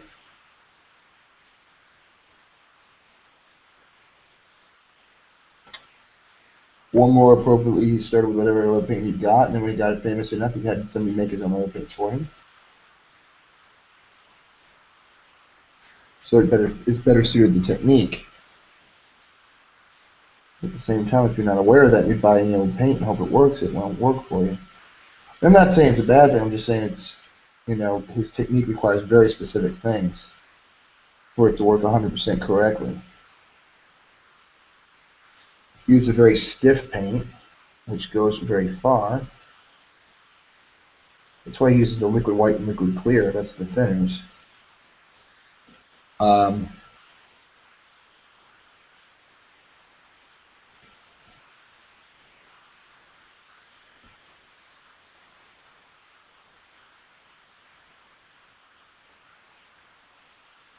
You can always make a paint thinner. You can never make it thicker again. You can let it dry out some, but that really doesn't make it thicker again. That just kind of monkeys with it to make it seem like it's thicker again. That'll help out some. But I wouldn't say it's a good solution. It's a good fix. It's not a good solution. There are some things you can buy to add body to the paint. It's the stiffness of it, the body.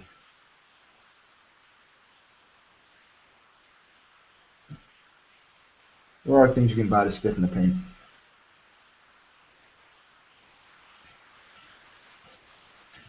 There are things you can buy to add more fluidity to the paint too. Usually paint thinner will do it. Acrylic paint will thin down with water.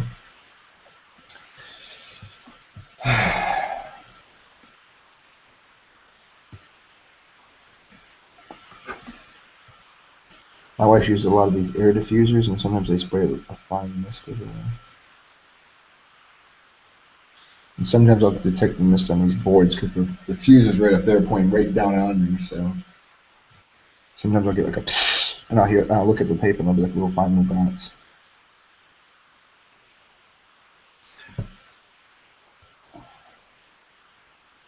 Like, where'd that dot come from? Oh, it's the diffuser.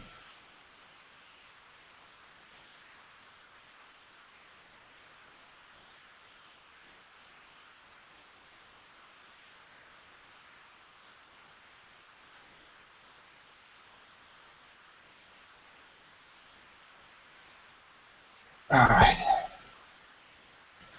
Again, sorry for all the silence. I don't want to fill the air with useless prattle.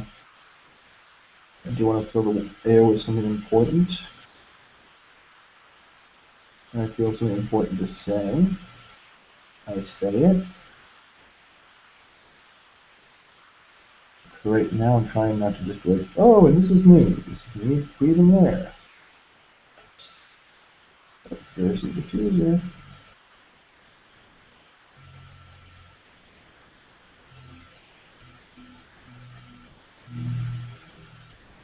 And you may have heard it, that mic on my computer is pretty strong and bold, so you might be able to hear it. Oh, there's a line there, I can't use it. The weird line's that one. That looks really good.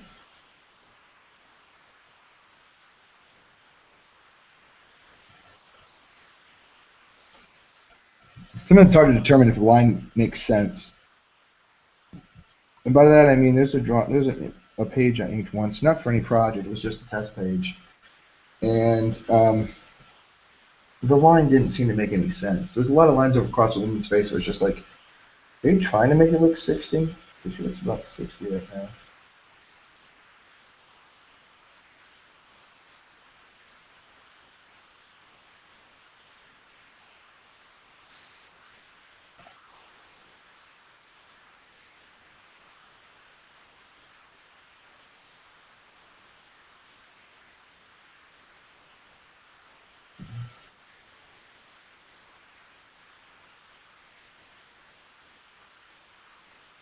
One line got a little bit thick than I wanted it to be, but it's okay. It's under her chin, and there's black up against it, so you're probably not going to notice it, which is a good thing. The brush feathered when it shouldn't have feathered, and I had a ghost line running alongside of it for a second.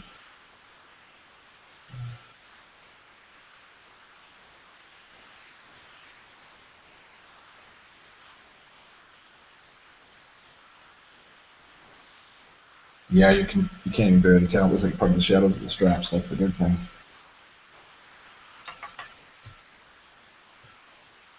I'm just thinking about this college humor video I saw where they make fun of North Korea's censorship of photos. It's a series they have that they do of Photoshop tutorials, except they were doing one as though they were giving a tutorial for, as a North Korean publicity manager. And the guys tried to do a touch-up of Kim Jong-il. Kim Jong-un, I'm sorry, Kim Jong-un.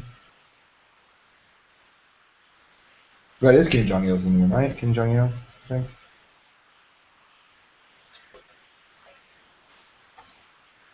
Well, anyway, he's doing a touch-up, and he's like, here's the picture of the glorious leader, and he's looking like a bit of a chunker in this one.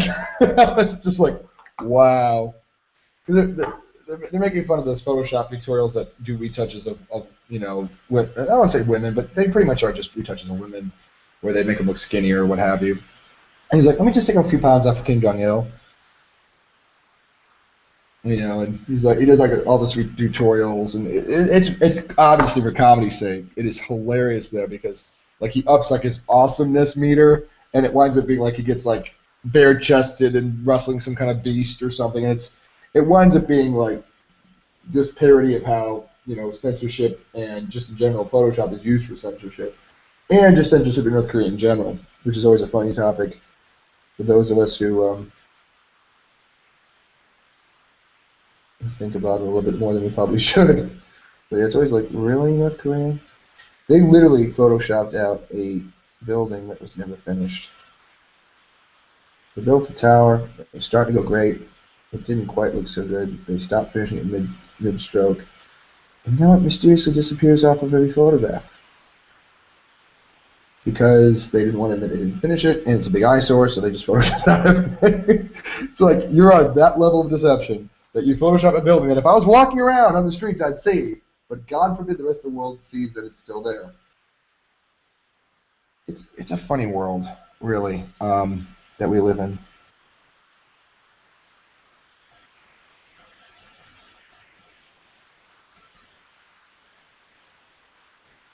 Not that we're some great paragon of intelligence, truth, or wonder here in the U.S., but we all have our own little quirks. And North Korea's happens to be just publicity in general.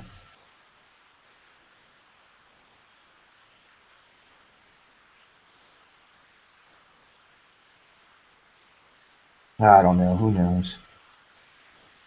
I follow things a little bit, and I try not to get too obsessed with them because then you get in flame wars on comments, and you're like, this is stupid. There's people that know more about this stuff than I do. Why am I wasting my time commenting about something I barely know anything about? And it just makes people angry. It makes me angry, and I don't engage. That's why I try not to conversate too much online in random blogs and postings. Because one, I wind up coming up with smarmy. Two, I often make smarmy comments intentionally. And three, when I actually know what I'm talking about, other people don't. They're like, you don't know what you're talking about. And I'm like, I don't need to justify myself to you. This is a waste of my life.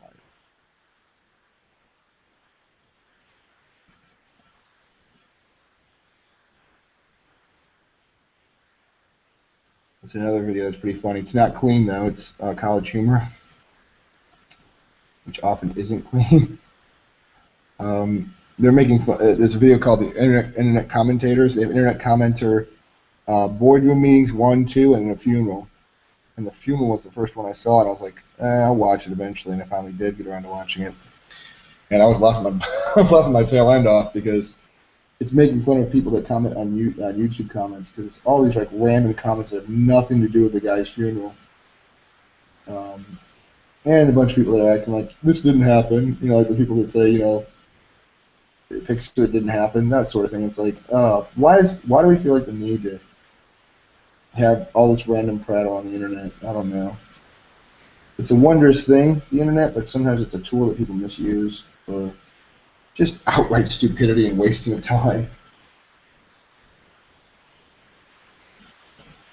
I don't know how many times I'm like, I'll get this done in 5 minutes. 20 minutes later, I'm coming onto the internet, and I'm like, I still haven't done the task. Oops.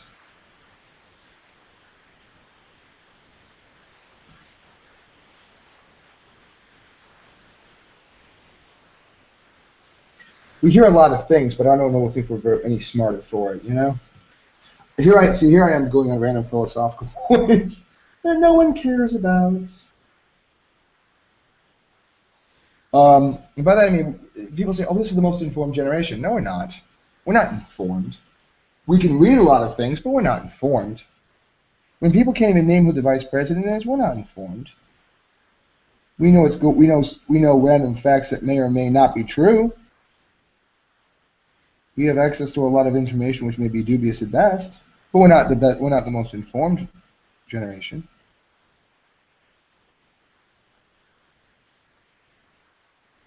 I'd say we have the most information passing hands, but that doesn't make us informed. Informed, I believe, would also depend somewhat on the quality of the information. And there's not a lot of high-quality information batting around out there. There's a lot of dubious quality information floating around out there, but not a lot of it is high-quality, consistent. let's put it this way: you wouldn't be able to win a trial on the information you can find online.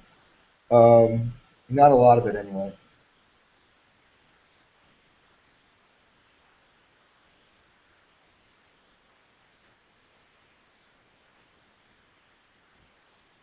So I'm just like, yeah,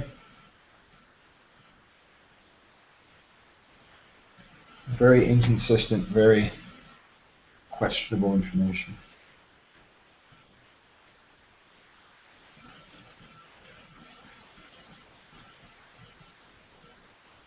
One thing it's good for, those artists. That is without a doubt.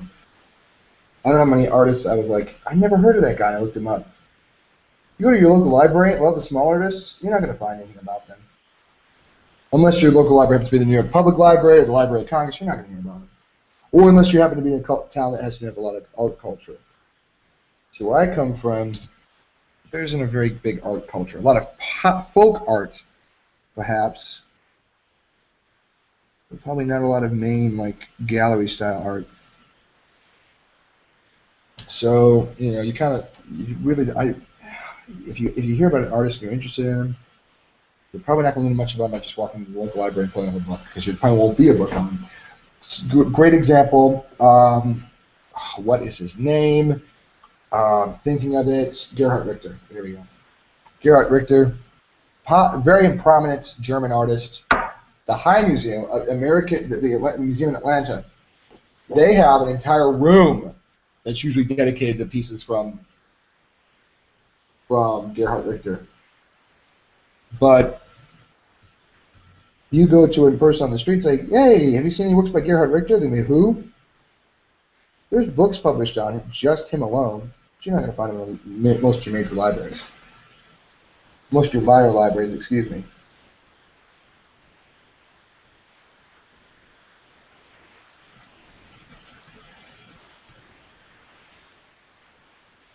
A lot of these artists, they bang weight one oeuvre.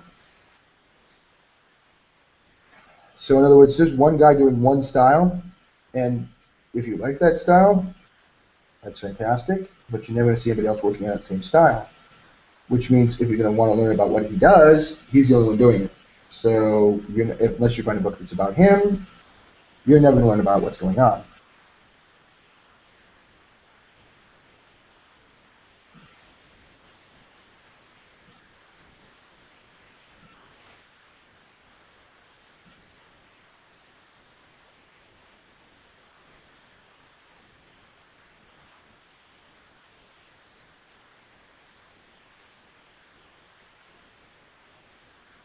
As we're talking, I'm trying to concentrate on some of these lines. Final lines to define some of the shapes. I think it's boldly putting the shapes really fastly. Really swiftly, fastly. That's a great word, fastly.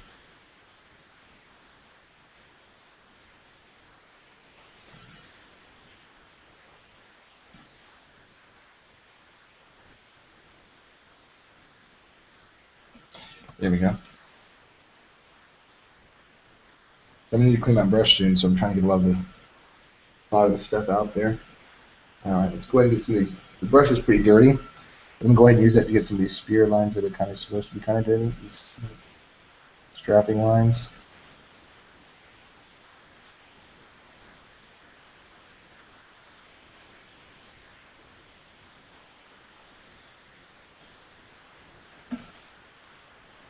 This will come quite a bit.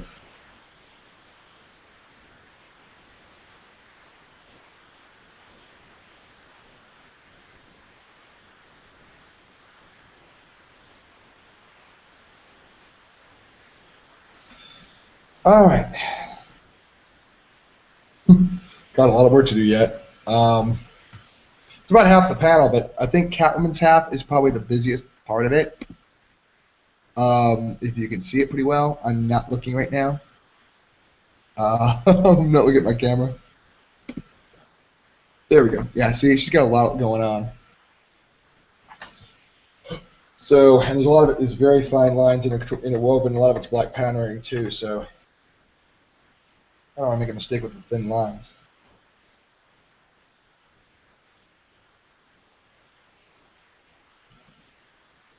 I'm gonna try to wing some of Catwoman's goggles with the brush.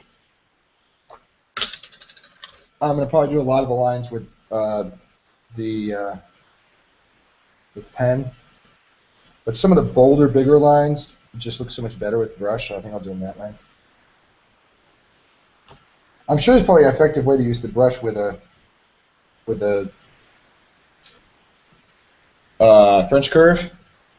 There probably is an effective way to tie the two in together. I've wondered that because Jonathan Glapion was talking about inking brushes. He says he never uses a pen to ink a brush. Sorry, he never uses a brush to, never uses a pen to ink a building. And people are like, why not? And the one guy was even said to the point of that what he does is he just uses a ruler to guide the brush to make sure it gets a clean edge. And I was like, I wonder how that exactly works. I would probably use a piece of cardstock that I could throw away in 2 seconds for risk of fear of like spreading ink anywhere. But I guess he's not like inking a huge line of it. He's probably doing something that's much more simple, a lot drier. The straight edge he's just using it for a straight edge. Starting to run clean traces on this makeshift palette. I can't see where a lot of my clean ink is going now. It was easier to spot it back in the day, but now that there's all these black ink spots that dried on, it's kind of hard to tell where the actual. Oops, there's that.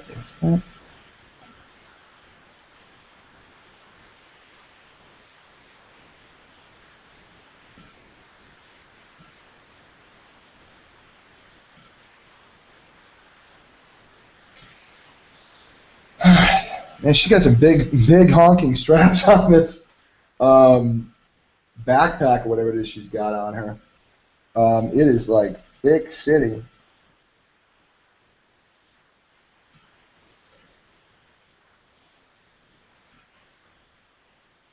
And as I alluded to last time, I wonder if this has anything to do with the plot of the game, because Catwoman usually doesn't go into these big clunky costumes, and it seems kind of weird that she's got like these big old straps, these big old things, and it's not her usual attire.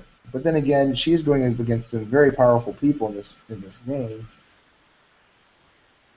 I mean, there's no way she'd be able to go toe to toe with Superman without a ring of kryptonite. No way. The only way she gets away with crap she gets away with Batman is Batman lets her get away with it, which is why I find the relationship really fascinating. Because here you got a guy who fights crime all the time, and he's like, you know what, you're not the worst thing to come through Gotham to me. So unless she really pulls off some kind of dastardly caper, he's going to let her get away with it. Even the dastardly ones, he might still let her get away with it. And it's not just the sexuality. It's not just because she's sexy and she seduces him and all that business. That's part of it. I think part of it's because he feels sorry for her, and the other part of it's because she's not really a very profound criminal. Like a lot of people have brought up, it's not like she's poisoning Gotham's water supply or putting a hit on somebody. She is pretty much just keeping herself, stealing stuff. Hardly the most villainous person in Gotham. And like a lot of other people brought up, when people get caught in Batman universe, they usually go to Arkham. Catwoman goes to Blackgate because Blackgate is a prison. Arkham is an insane asylum. She is not crazy. She is simply a criminal. So a lot of people brought up the point that she's not crazy. She's one of Batman's only, quote unquote villains who's just cunning and not insane. And I'd go to say, as far as that's probably why Bruce lets her get away with a lot of the crap she does get away with, because the grand scheme of things, when you got crazies like the Joker, the Penguin, the Riddler running loose in Gotham, the least of your concern is a girl that dressed up in a cat suit and robs from people that probably could afford it anyway. That doesn't make it right, but it makes it less pressing.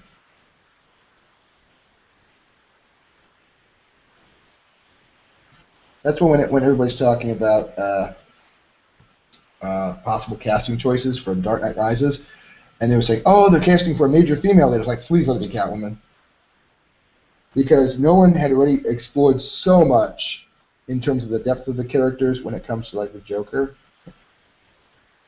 And I knew he would do inter-character relationships justice. And then everybody's like Poison Ivy and Talia al Ghul, and I was like, I don't really want Talia al Ghul. I figured Talia al Ghul would show up because it ties into the part one of the movie, and no one likes nice, neat endings.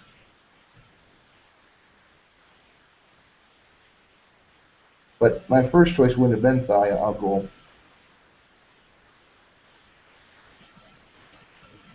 and I'm glad they both made it in the movie.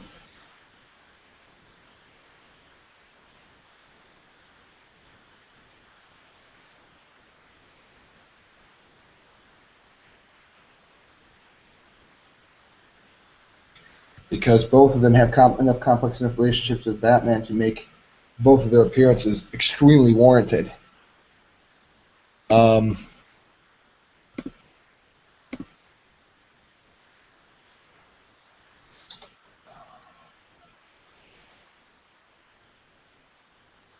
so for me, I was where'd it go? Wow, I dropped my ink already. For me, I was just like, I really wanted Catwoman because I think Catwoman highlights aspects of Batman that other characters don't even touch. Possibly Talia al Ghul, but not even then.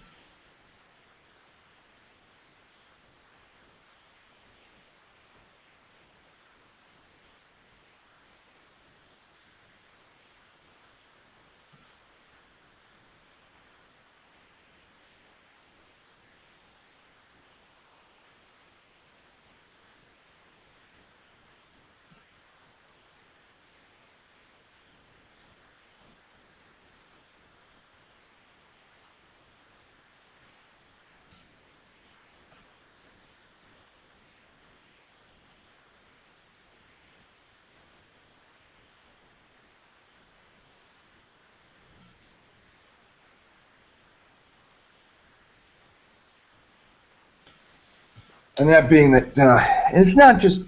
I'll explain what I mean by the Bruce Wayne thing because I kind of let it sit there and like vegetate, and I'm like, because I'm concentrating on these lines. What I mean by that is Bruce Wayne draws a line, like what he'll let people do.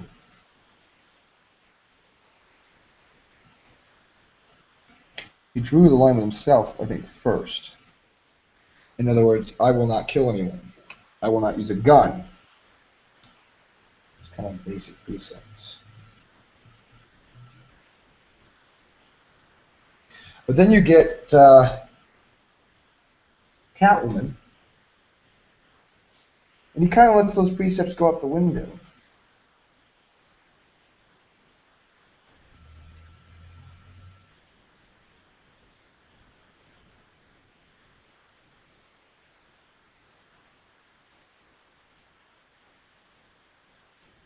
In other words, he doesn't let criminals get away with crime.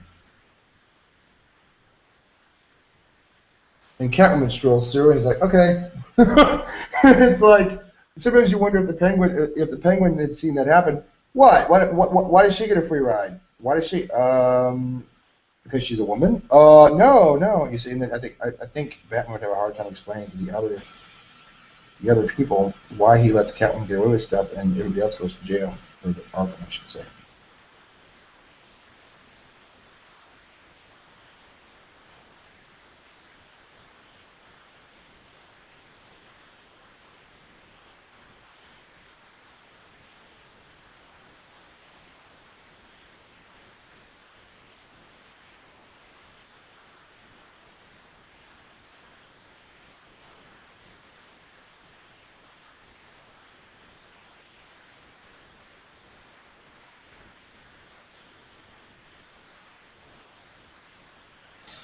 So it's like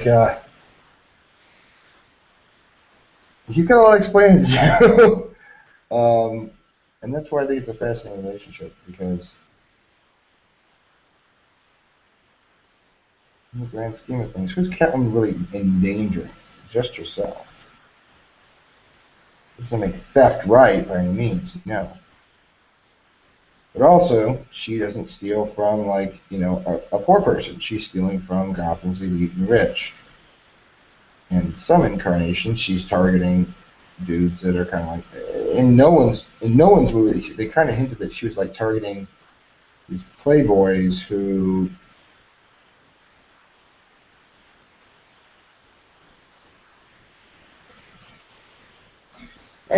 it seemed like they were highlighting the fact that she was hanging out with married men that were flirting with her. It seemed I might be crossing my wires on that a bit because I don't. It's been a while since I've seen the movie. It just seemed like Anne Hathaway got in the car with a lot of dudes that, like the senator. I'm pretty sure the senator. She was the senator was a married man, but I'm pretty sure he flirted with her first. And the whole I just stole Bruce Wayne's pearls from his vault scene.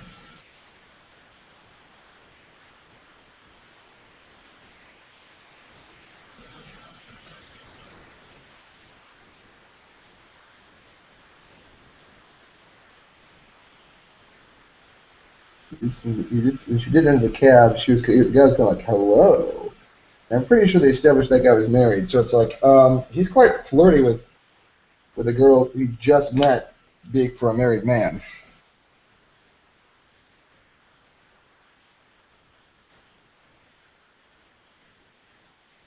I don't know about you, but if jumped in my cab, I know it's not Scarlett Johansson that played Catwoman, but I'm just saying, if Scarlett Johansson or the like jumped into my taxi cab, I wouldn't be like, "Hello." I'd be like, "What are you doing in here? This is my ride." You know, I wouldn't be like, "Why, hello there." So yeah, it just seems to me that there was a little shady on his part.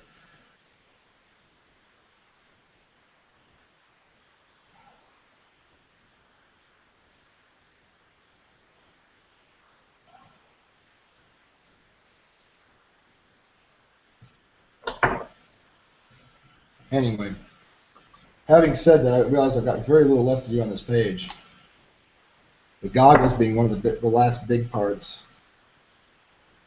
which again I say I'm not looking forward to. Anything geometric I hate because it does kind of. And probably if I was doing this page for like a publisher, I'd probably do the goggles kind of like digitally, probably just to make them as consistent as possible.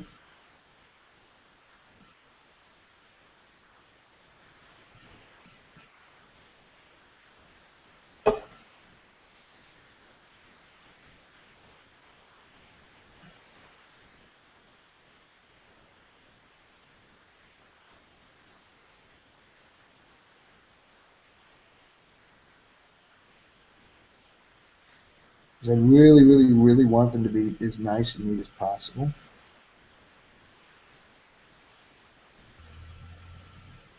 And it's really hard to get a nice consistent curve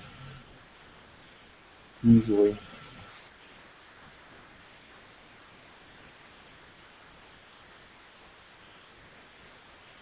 Now it takes a little practice, I'm sure, but you don't want to get a page ready for publication and be like, "Oh yeah, next one will look much better."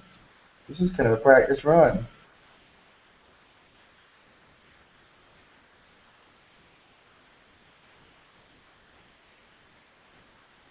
Pretty sure no publisher wants to hear that. They probably want to hear, "This is the way it's going to be for the rest of the pages, as awesome as this."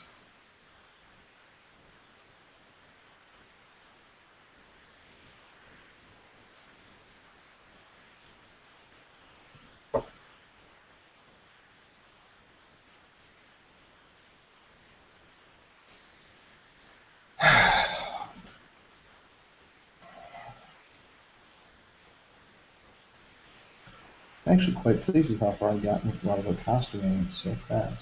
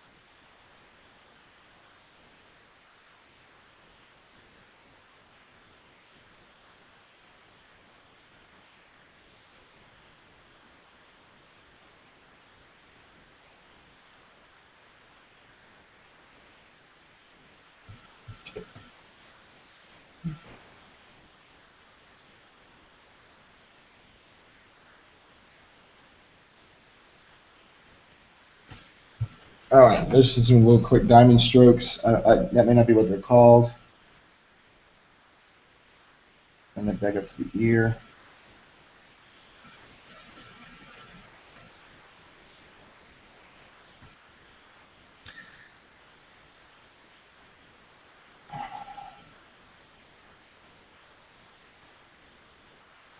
Lots of parallel lines, I realize, is not my strength. Lots of tiny little parallel lines is not my greatest strong point. I'm not bad at it. It just, for some reason, it never looks right when I do it. And I don't know. There might be a reason to it. It might be just skill. It might be just that I completely didn't do that inking just right just now. I just made a line that wasn't so great. It's not the end of the world. It's just like a little tiny line that has no impact on the overall design. It's just a little design on it that you know, is super in.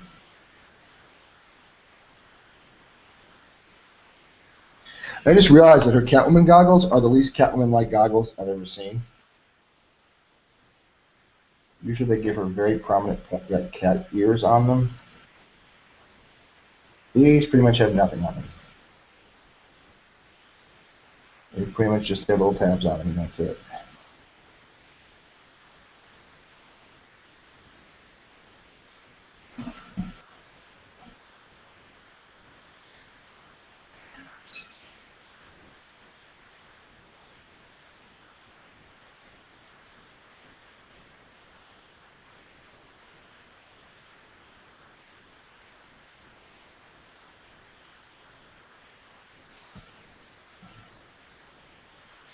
So I've just got basically the geometric bits left. Her giant ring and the goggles, the nightmare goggles.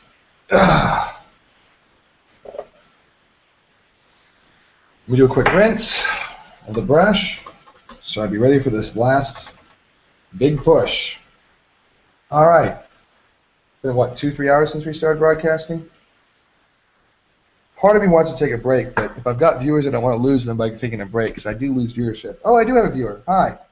But like I said, I don't want to lose you by breaking it, so I'm just going to keep plugging through, keep pushing through.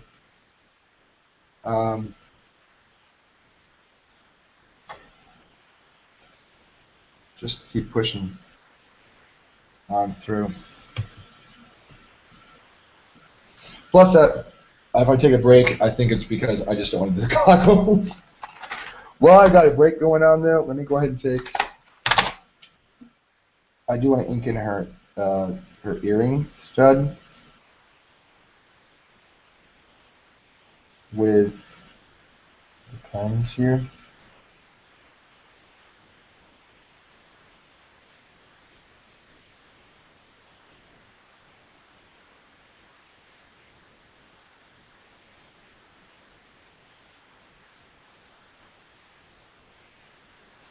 There we go.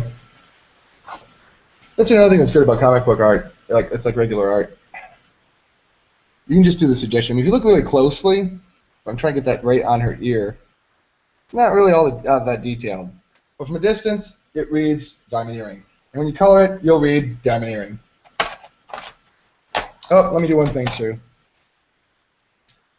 I don't want to fuss with this tiny little buckle thing here with a brush. Now is the time I'm going to see if I can do some of the goggles with like a circle template. Most of them don't look like exact circles, so I'm thinking it's going to be a no.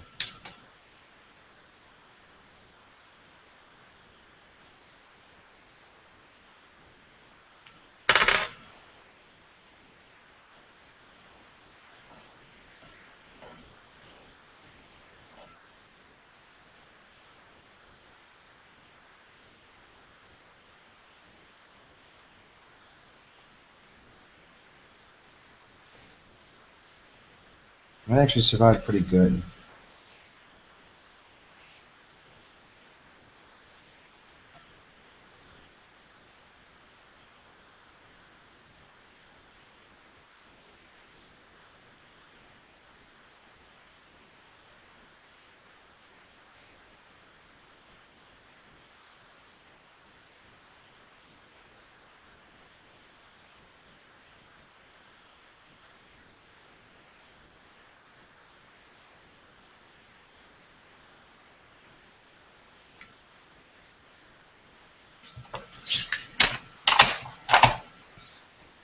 actually able to get some of this done without doing any brush work, thankfully.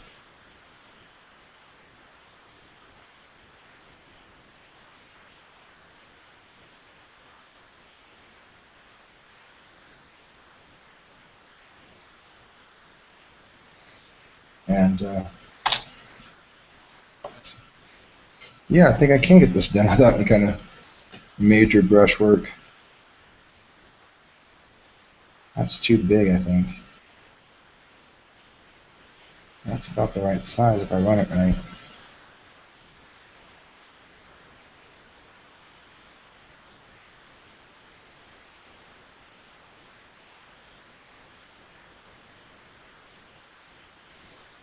Oh, that looks great. Oh, I love it. I love it. I love it. It has saves me from doing the fuss of, is this going to work? Don't need to worry about it. It's already taken care of. There you go. There's that one and that one. And there we go. Look how much beautiful that is than some of the other stuff I've done with that. Normally I don't do it that exact, but that one was kind of coming right at us, so I was like, I better go ahead and do it. Better go ahead and use the template. This one's going to be kind of a template too.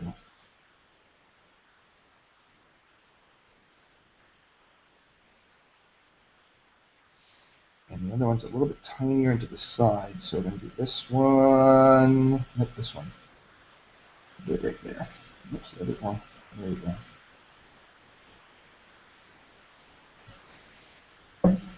Not quite beautiful, but it's good. It'll be good.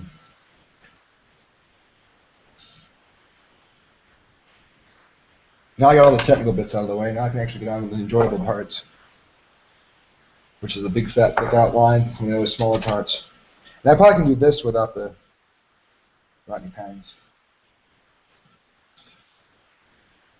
I'm actually like taking a little bit of a pause. Let me just go ahead and I could do these other lines, but they'll be a pain.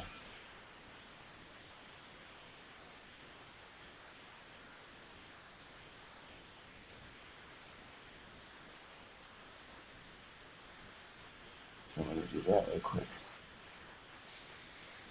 There we go.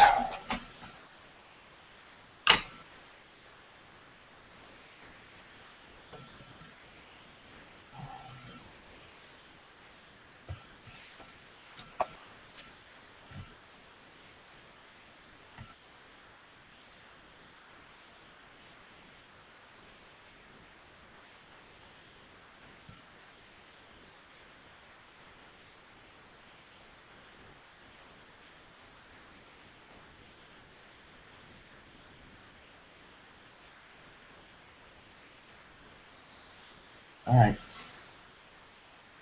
Some of the brush got flayed a little bit, so I was trying to get the flayed bits off the surface of the paper so it wouldn't put a mark where I didn't want it to be. The other thing that stinks about these goggles is they're in the most inopportune place for me to get the right angle to ink them.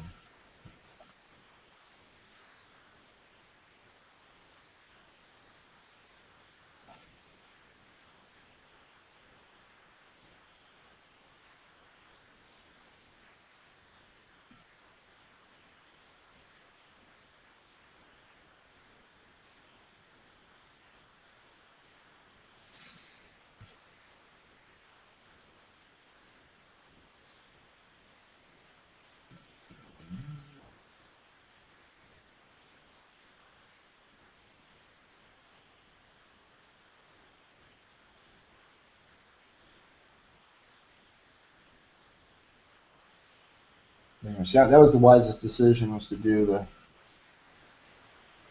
all the circle bits. It's the actual circle template, and then focus on the bigger lines with the actual with the brush.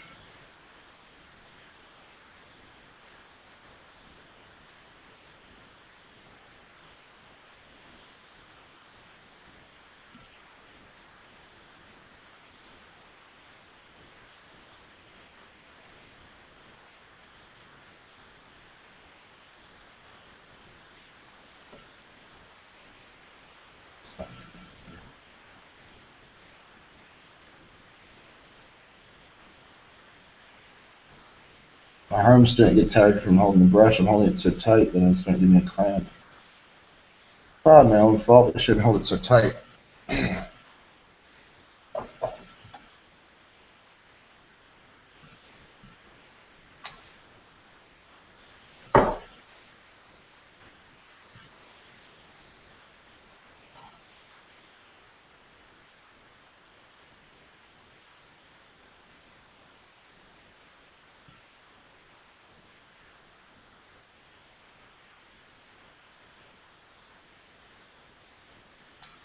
Now this is where things are going to get interesting because I'm going to be able to do the goggle with that, on this one without any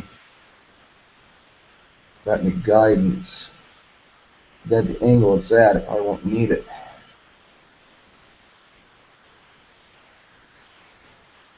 And that's another thing I got to figure out too. How I'm going to make this goggle melt into this because this is supposed to be black here, but it's got a big fat outline on it, which almost seems to be saying the artist is saying, "Hey, I want this to have some kind of big fat outline." But you don't have big fat outline of black into a field of black. So he may have wanted an intentional white border around it, which is what I think I'm going to wind up doing. Some kind of border. So it separates the black of the background from the black of the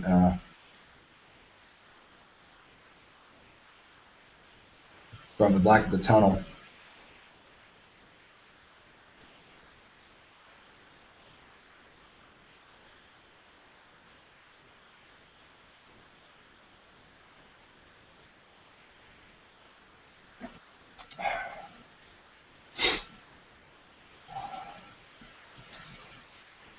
Trying to figure out where next to go.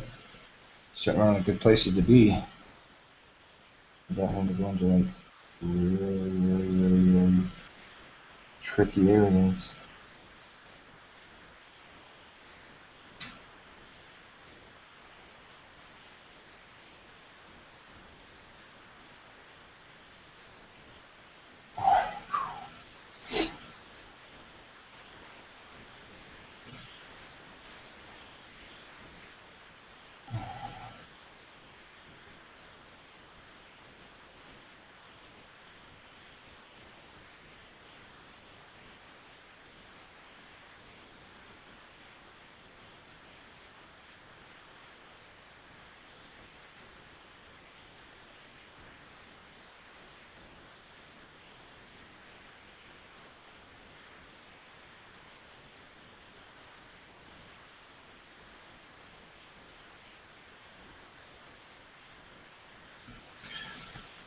Whew. These goggles are not exactly the most fun thing to do. So I'm glad they're almost over with.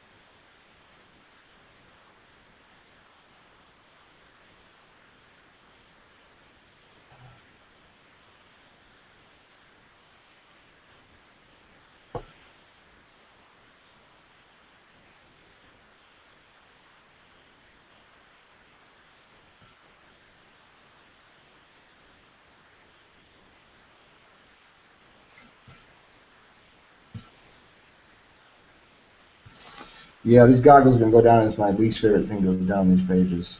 Without a doubt.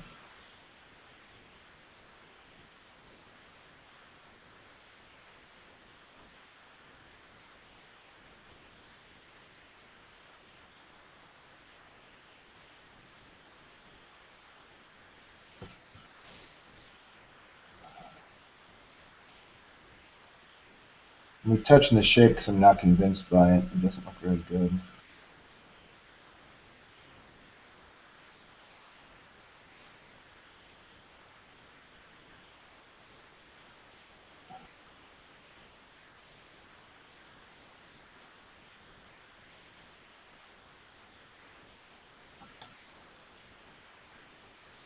All right, well that gets that done.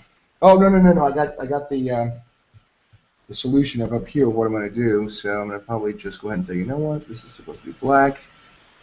Make that black. And then what I'm going to do is I'm probably the way I did with Superman, which is just give you an outline there. Keep it at that, and then just kind of feather that there.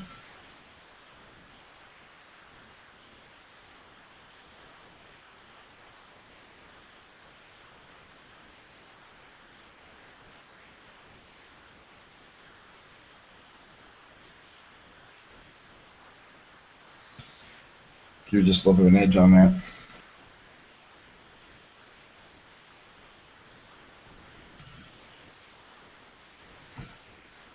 Like that, you see. So it makes the goggles stand out a little bit. Yeah, I forget what I'm going to do at the bottom edge here. So I'm going to feather that out just a little bit. Like that, so it doesn't start interfering with the hair too much.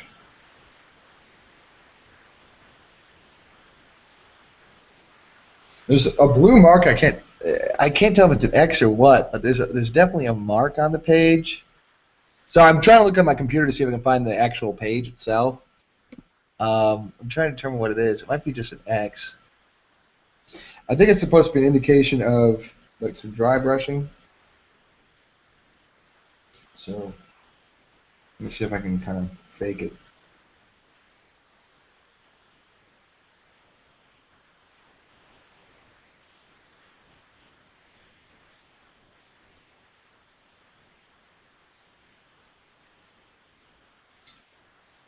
See if I can fake it a little bit.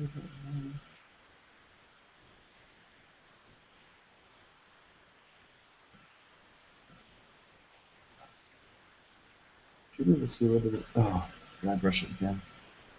You really see a little bit of her hair through that, so I'm trying not to mask it too much.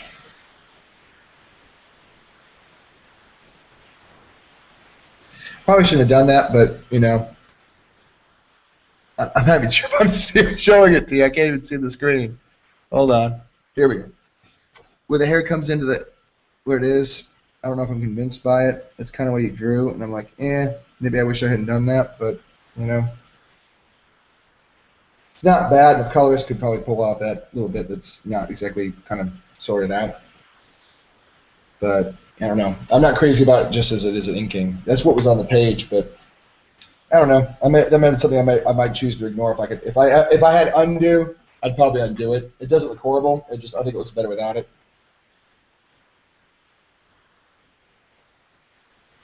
And maybe if I get a little bit more like into here, it'll look okay.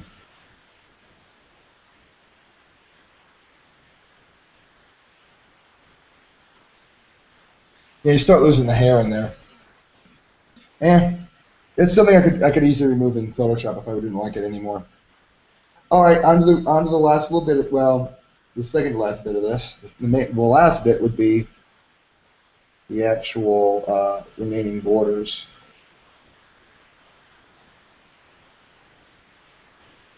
But the second to last bit is this last tiny little bit of costume that's down here.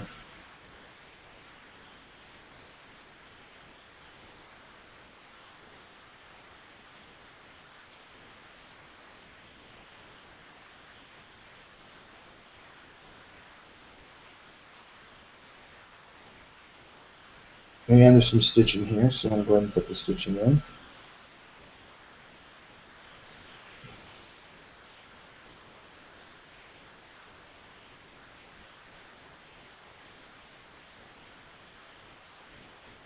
Go ahead and leave a little bit of an edge, because it seems like he left an edge on purpose, so you can see some of the stitching. So it looks like it's just like stitching raised out of the shadows, so I'll do that like you did. And do this.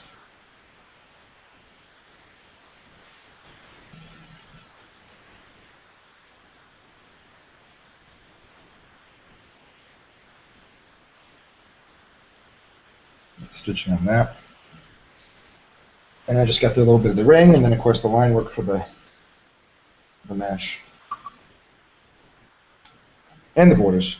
And the borders. That's kind of like the afterthought for me. It's like, the borders. I'll get to that. Again, that's something you can do in Photoshop if you had to.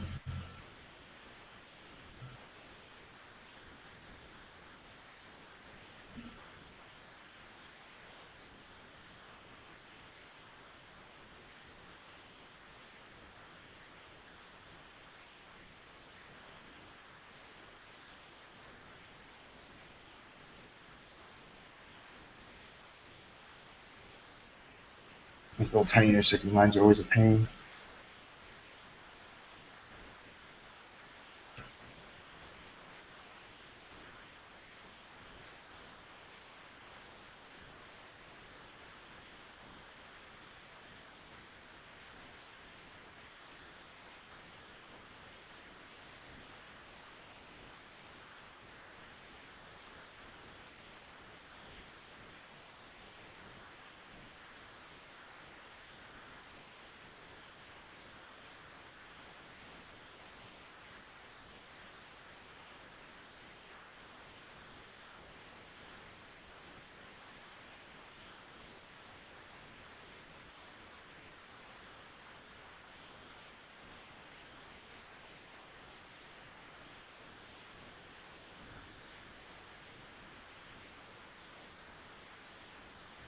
A lot of little parallel lines.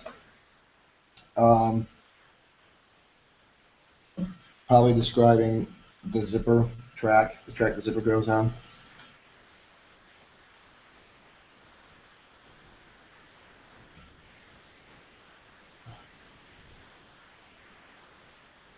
We can warp the circle a little bit. That's okay. That little line in there.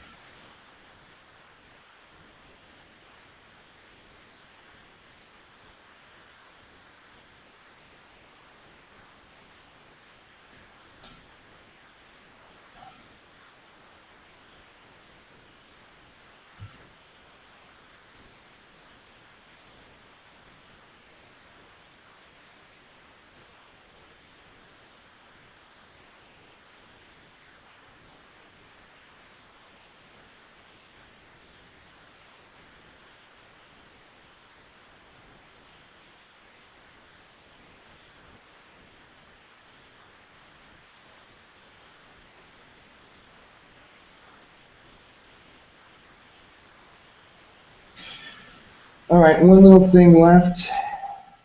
The little shadows underneath here.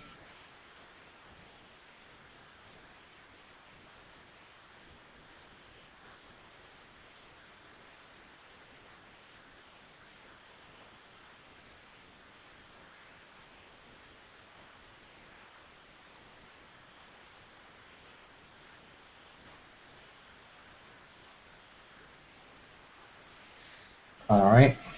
I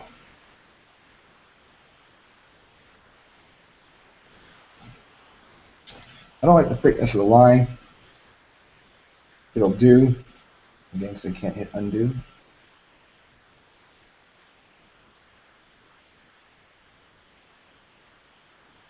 I did kind of thicken it up a little bit to kind of disguise the fact the line was wobbly, but it'll be all right. Like, again, in the grand scheme of things, someone's going to look at it and go, "Oh my gosh, that ring's a little bit too thick." In fact, yeah, some people will probably look at it and think the exact opposite. Wow, I liked how you make the ring thicker to emphasize the texture of the costuming. That's what some people will say anyway. I look at it and go, the ring's too thick. And other people would probably look at it and say, nice how you enlarged the ring, made it kind of important. So sometimes we look at the details and changes as negative, and sometimes we just need to relax. As artists, we overthink things.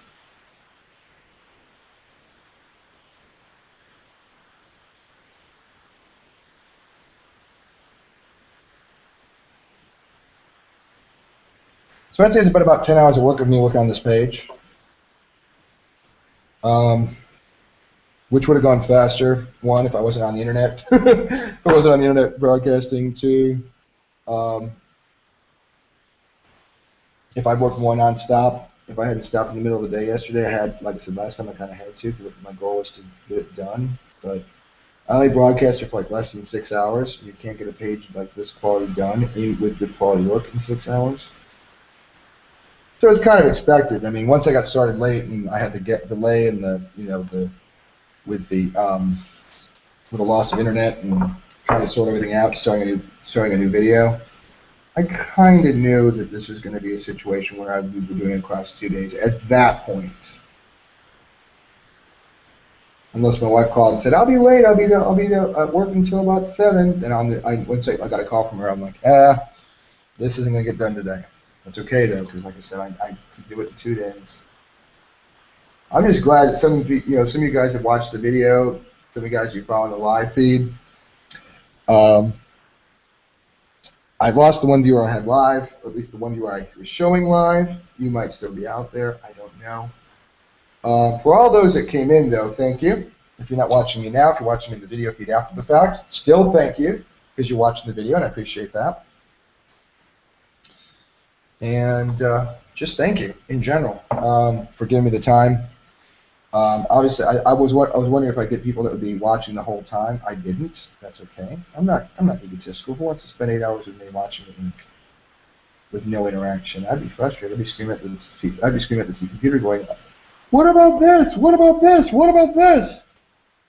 I can't. I'm an interactor. I've got to interact. So I pretty much doubt anyone's watched all 4 sessions of this, all 5 sessions of this, non-stop, without any interruptions or any kind. But for those of you who came in at any time and those watching the video now, I appreciate it. Thank you very much. What I'm doing now is I'm going to come down here and start inking in some of Catwoman's little meshing.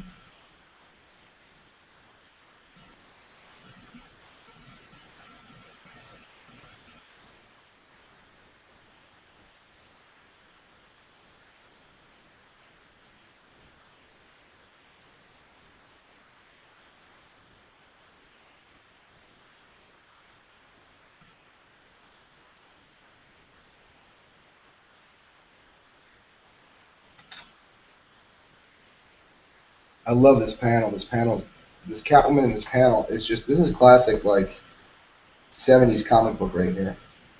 Big, fat close-up. You know, character about 30 feet back.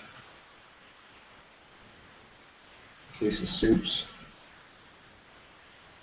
He's in the middle ground. There's excellent depth in this panel.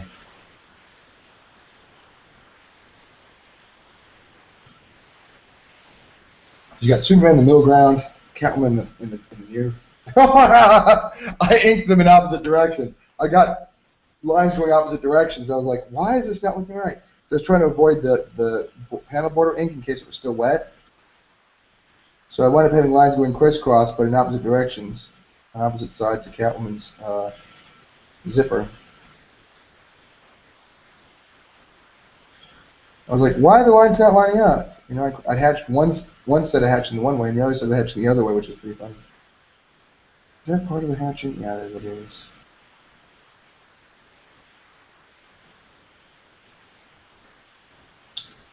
No. Had a little bit of bleed. Hardly the end of the world. But again, it's one of those things I was trying not to get.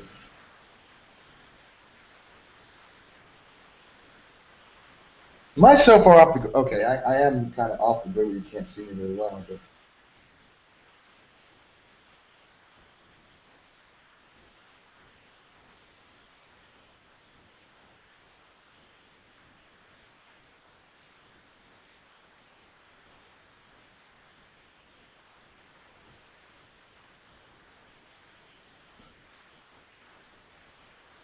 and there we go. Now I just ink on the borders, and we'll be good to go.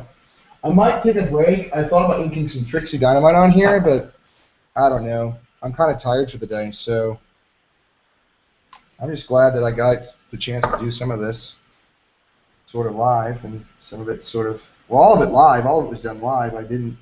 Every bit of this was broadcast live at one point, and 100% live. Scan will be going up on DeviantArt, same page. So if you go to the first video I did, there should be a link there. that will take you to the actual page progress, and I may have shared it in this one. The actual link to the finished scan.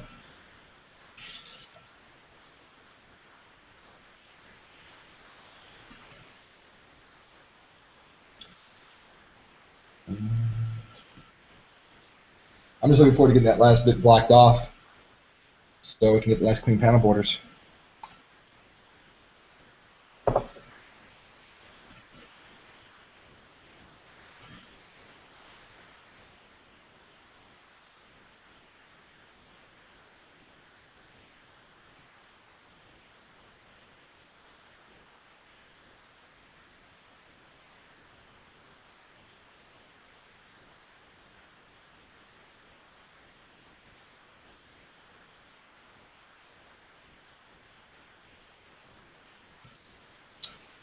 I don't know when I'll cut the broadcast. I'm obviously going to have to sit here and wait for it to dry. But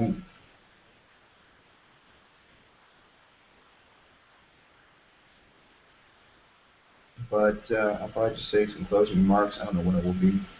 Kind of doing the closing remarks as I've been doing this inking. I was going to plan on saying something else when I closed it out. I can't remember what it was. Again, no big deal. I can put it in a comment after the fact. And even people that aren't watching it live will be able to read the comments. I don't remember what the comment was anymore, but something probably somewhat semi-important now. Maybe I'm planning on getting a toast or something. I'm doing a toast. I think it was just I didn't want to forget to say thank you, and I kind of already said that. And again, thank you for those that tuned in. For those that didn't tune in and are watching this after the fact in the video, that's fine too. I really appreciate you at least taking the time to watch some of it. And hopefully you got to the point where you're able to see this, like the point where I said thank you, so I really appreciate you tuning in. Again, part of it was for myself to do this, so I have consistency, so I had someone watching me, so I would, on my days off, I tend to be lazy and tend to do nothing. And then if I've got somebody watching me on YouTube, even if you're not really tuning in, I know I'm filming a video. And so now I know that I can't just goof off. I have to actually do real work. And it kept me consistent. It kept me focused. It kept me accompanied. And it's kind of a nice accomplishment, too. That's the other thing. I wanted documentation of me actually getting this page done in a certain time frame. I want to be able to prove what I could do in a time. Anybody can do anything they want in an amount of time. I wanted to be able to show what I could do and document what I was doing, how long it was taking, so that everyone would know, kind of what I'm capable of. So it's not just a portfolio piece, but also it's a piece to say, hey, look, this is what I can do. This is what I've done. I'm trying to touch up some of the parts of the black that aren't quite as black as it could be in the panel borders. Again, this is probably just a waste of ink because I can just Photoshop it darker, but I don't know. Again, I just like it to exist in the real world,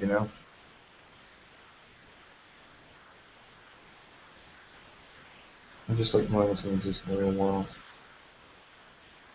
And by the way, when I'm done with the feed, I might see a moment, a place or two I might want to touch up afterward. My goal is to get as much of it done as possible. But if I scan it and I look at it, I'm like, whoops, missed that. I probably won't start a video for 10 seconds for me to put a dab of ink somewhere. Probably not going to happen.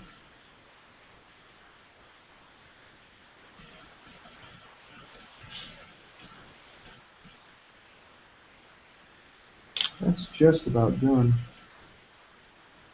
This black magic ink really does put a nice matte finish on it. I can look at it and go, okay, I'm not looking at like a big shiny glare. A lot of inks will glare when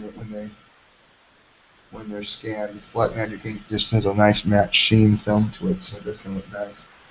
There's a couple of spots in Catelyn's ear that didn't quite ink as dark as they could have. So I'm going back and retouching them and making them a little bit blacker. Just for the argument's sake, just to make it look a little bit 100% nicer. Actually, I was worried about wasting some of the ink remaining, but I don't think any of it will go to waste. I think all of it's going to be used. The blacks black, and I think I'll do just about done with my blacks. A couple of the borders are really, really, really light gray rather than dark black.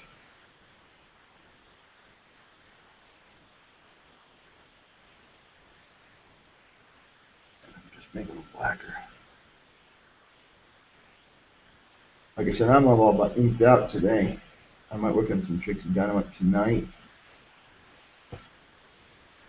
Definitely working on it Sunday. On my last remaining day off.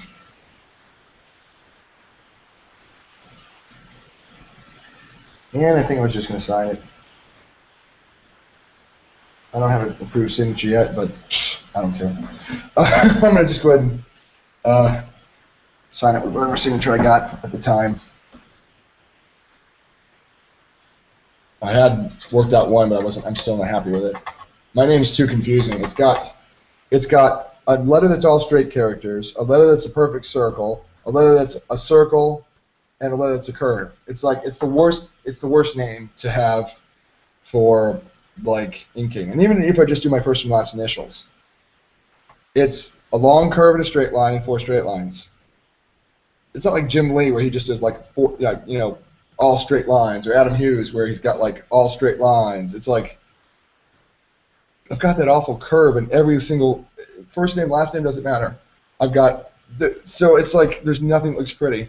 There's no way to make it look pretty, or designy or graphic-y. It's like when you have ENOS, you have an N which has a curve in it, O which is always a curve, uppercase or lowercase, and then S. How do you do S without it looking like a 5 or a 2?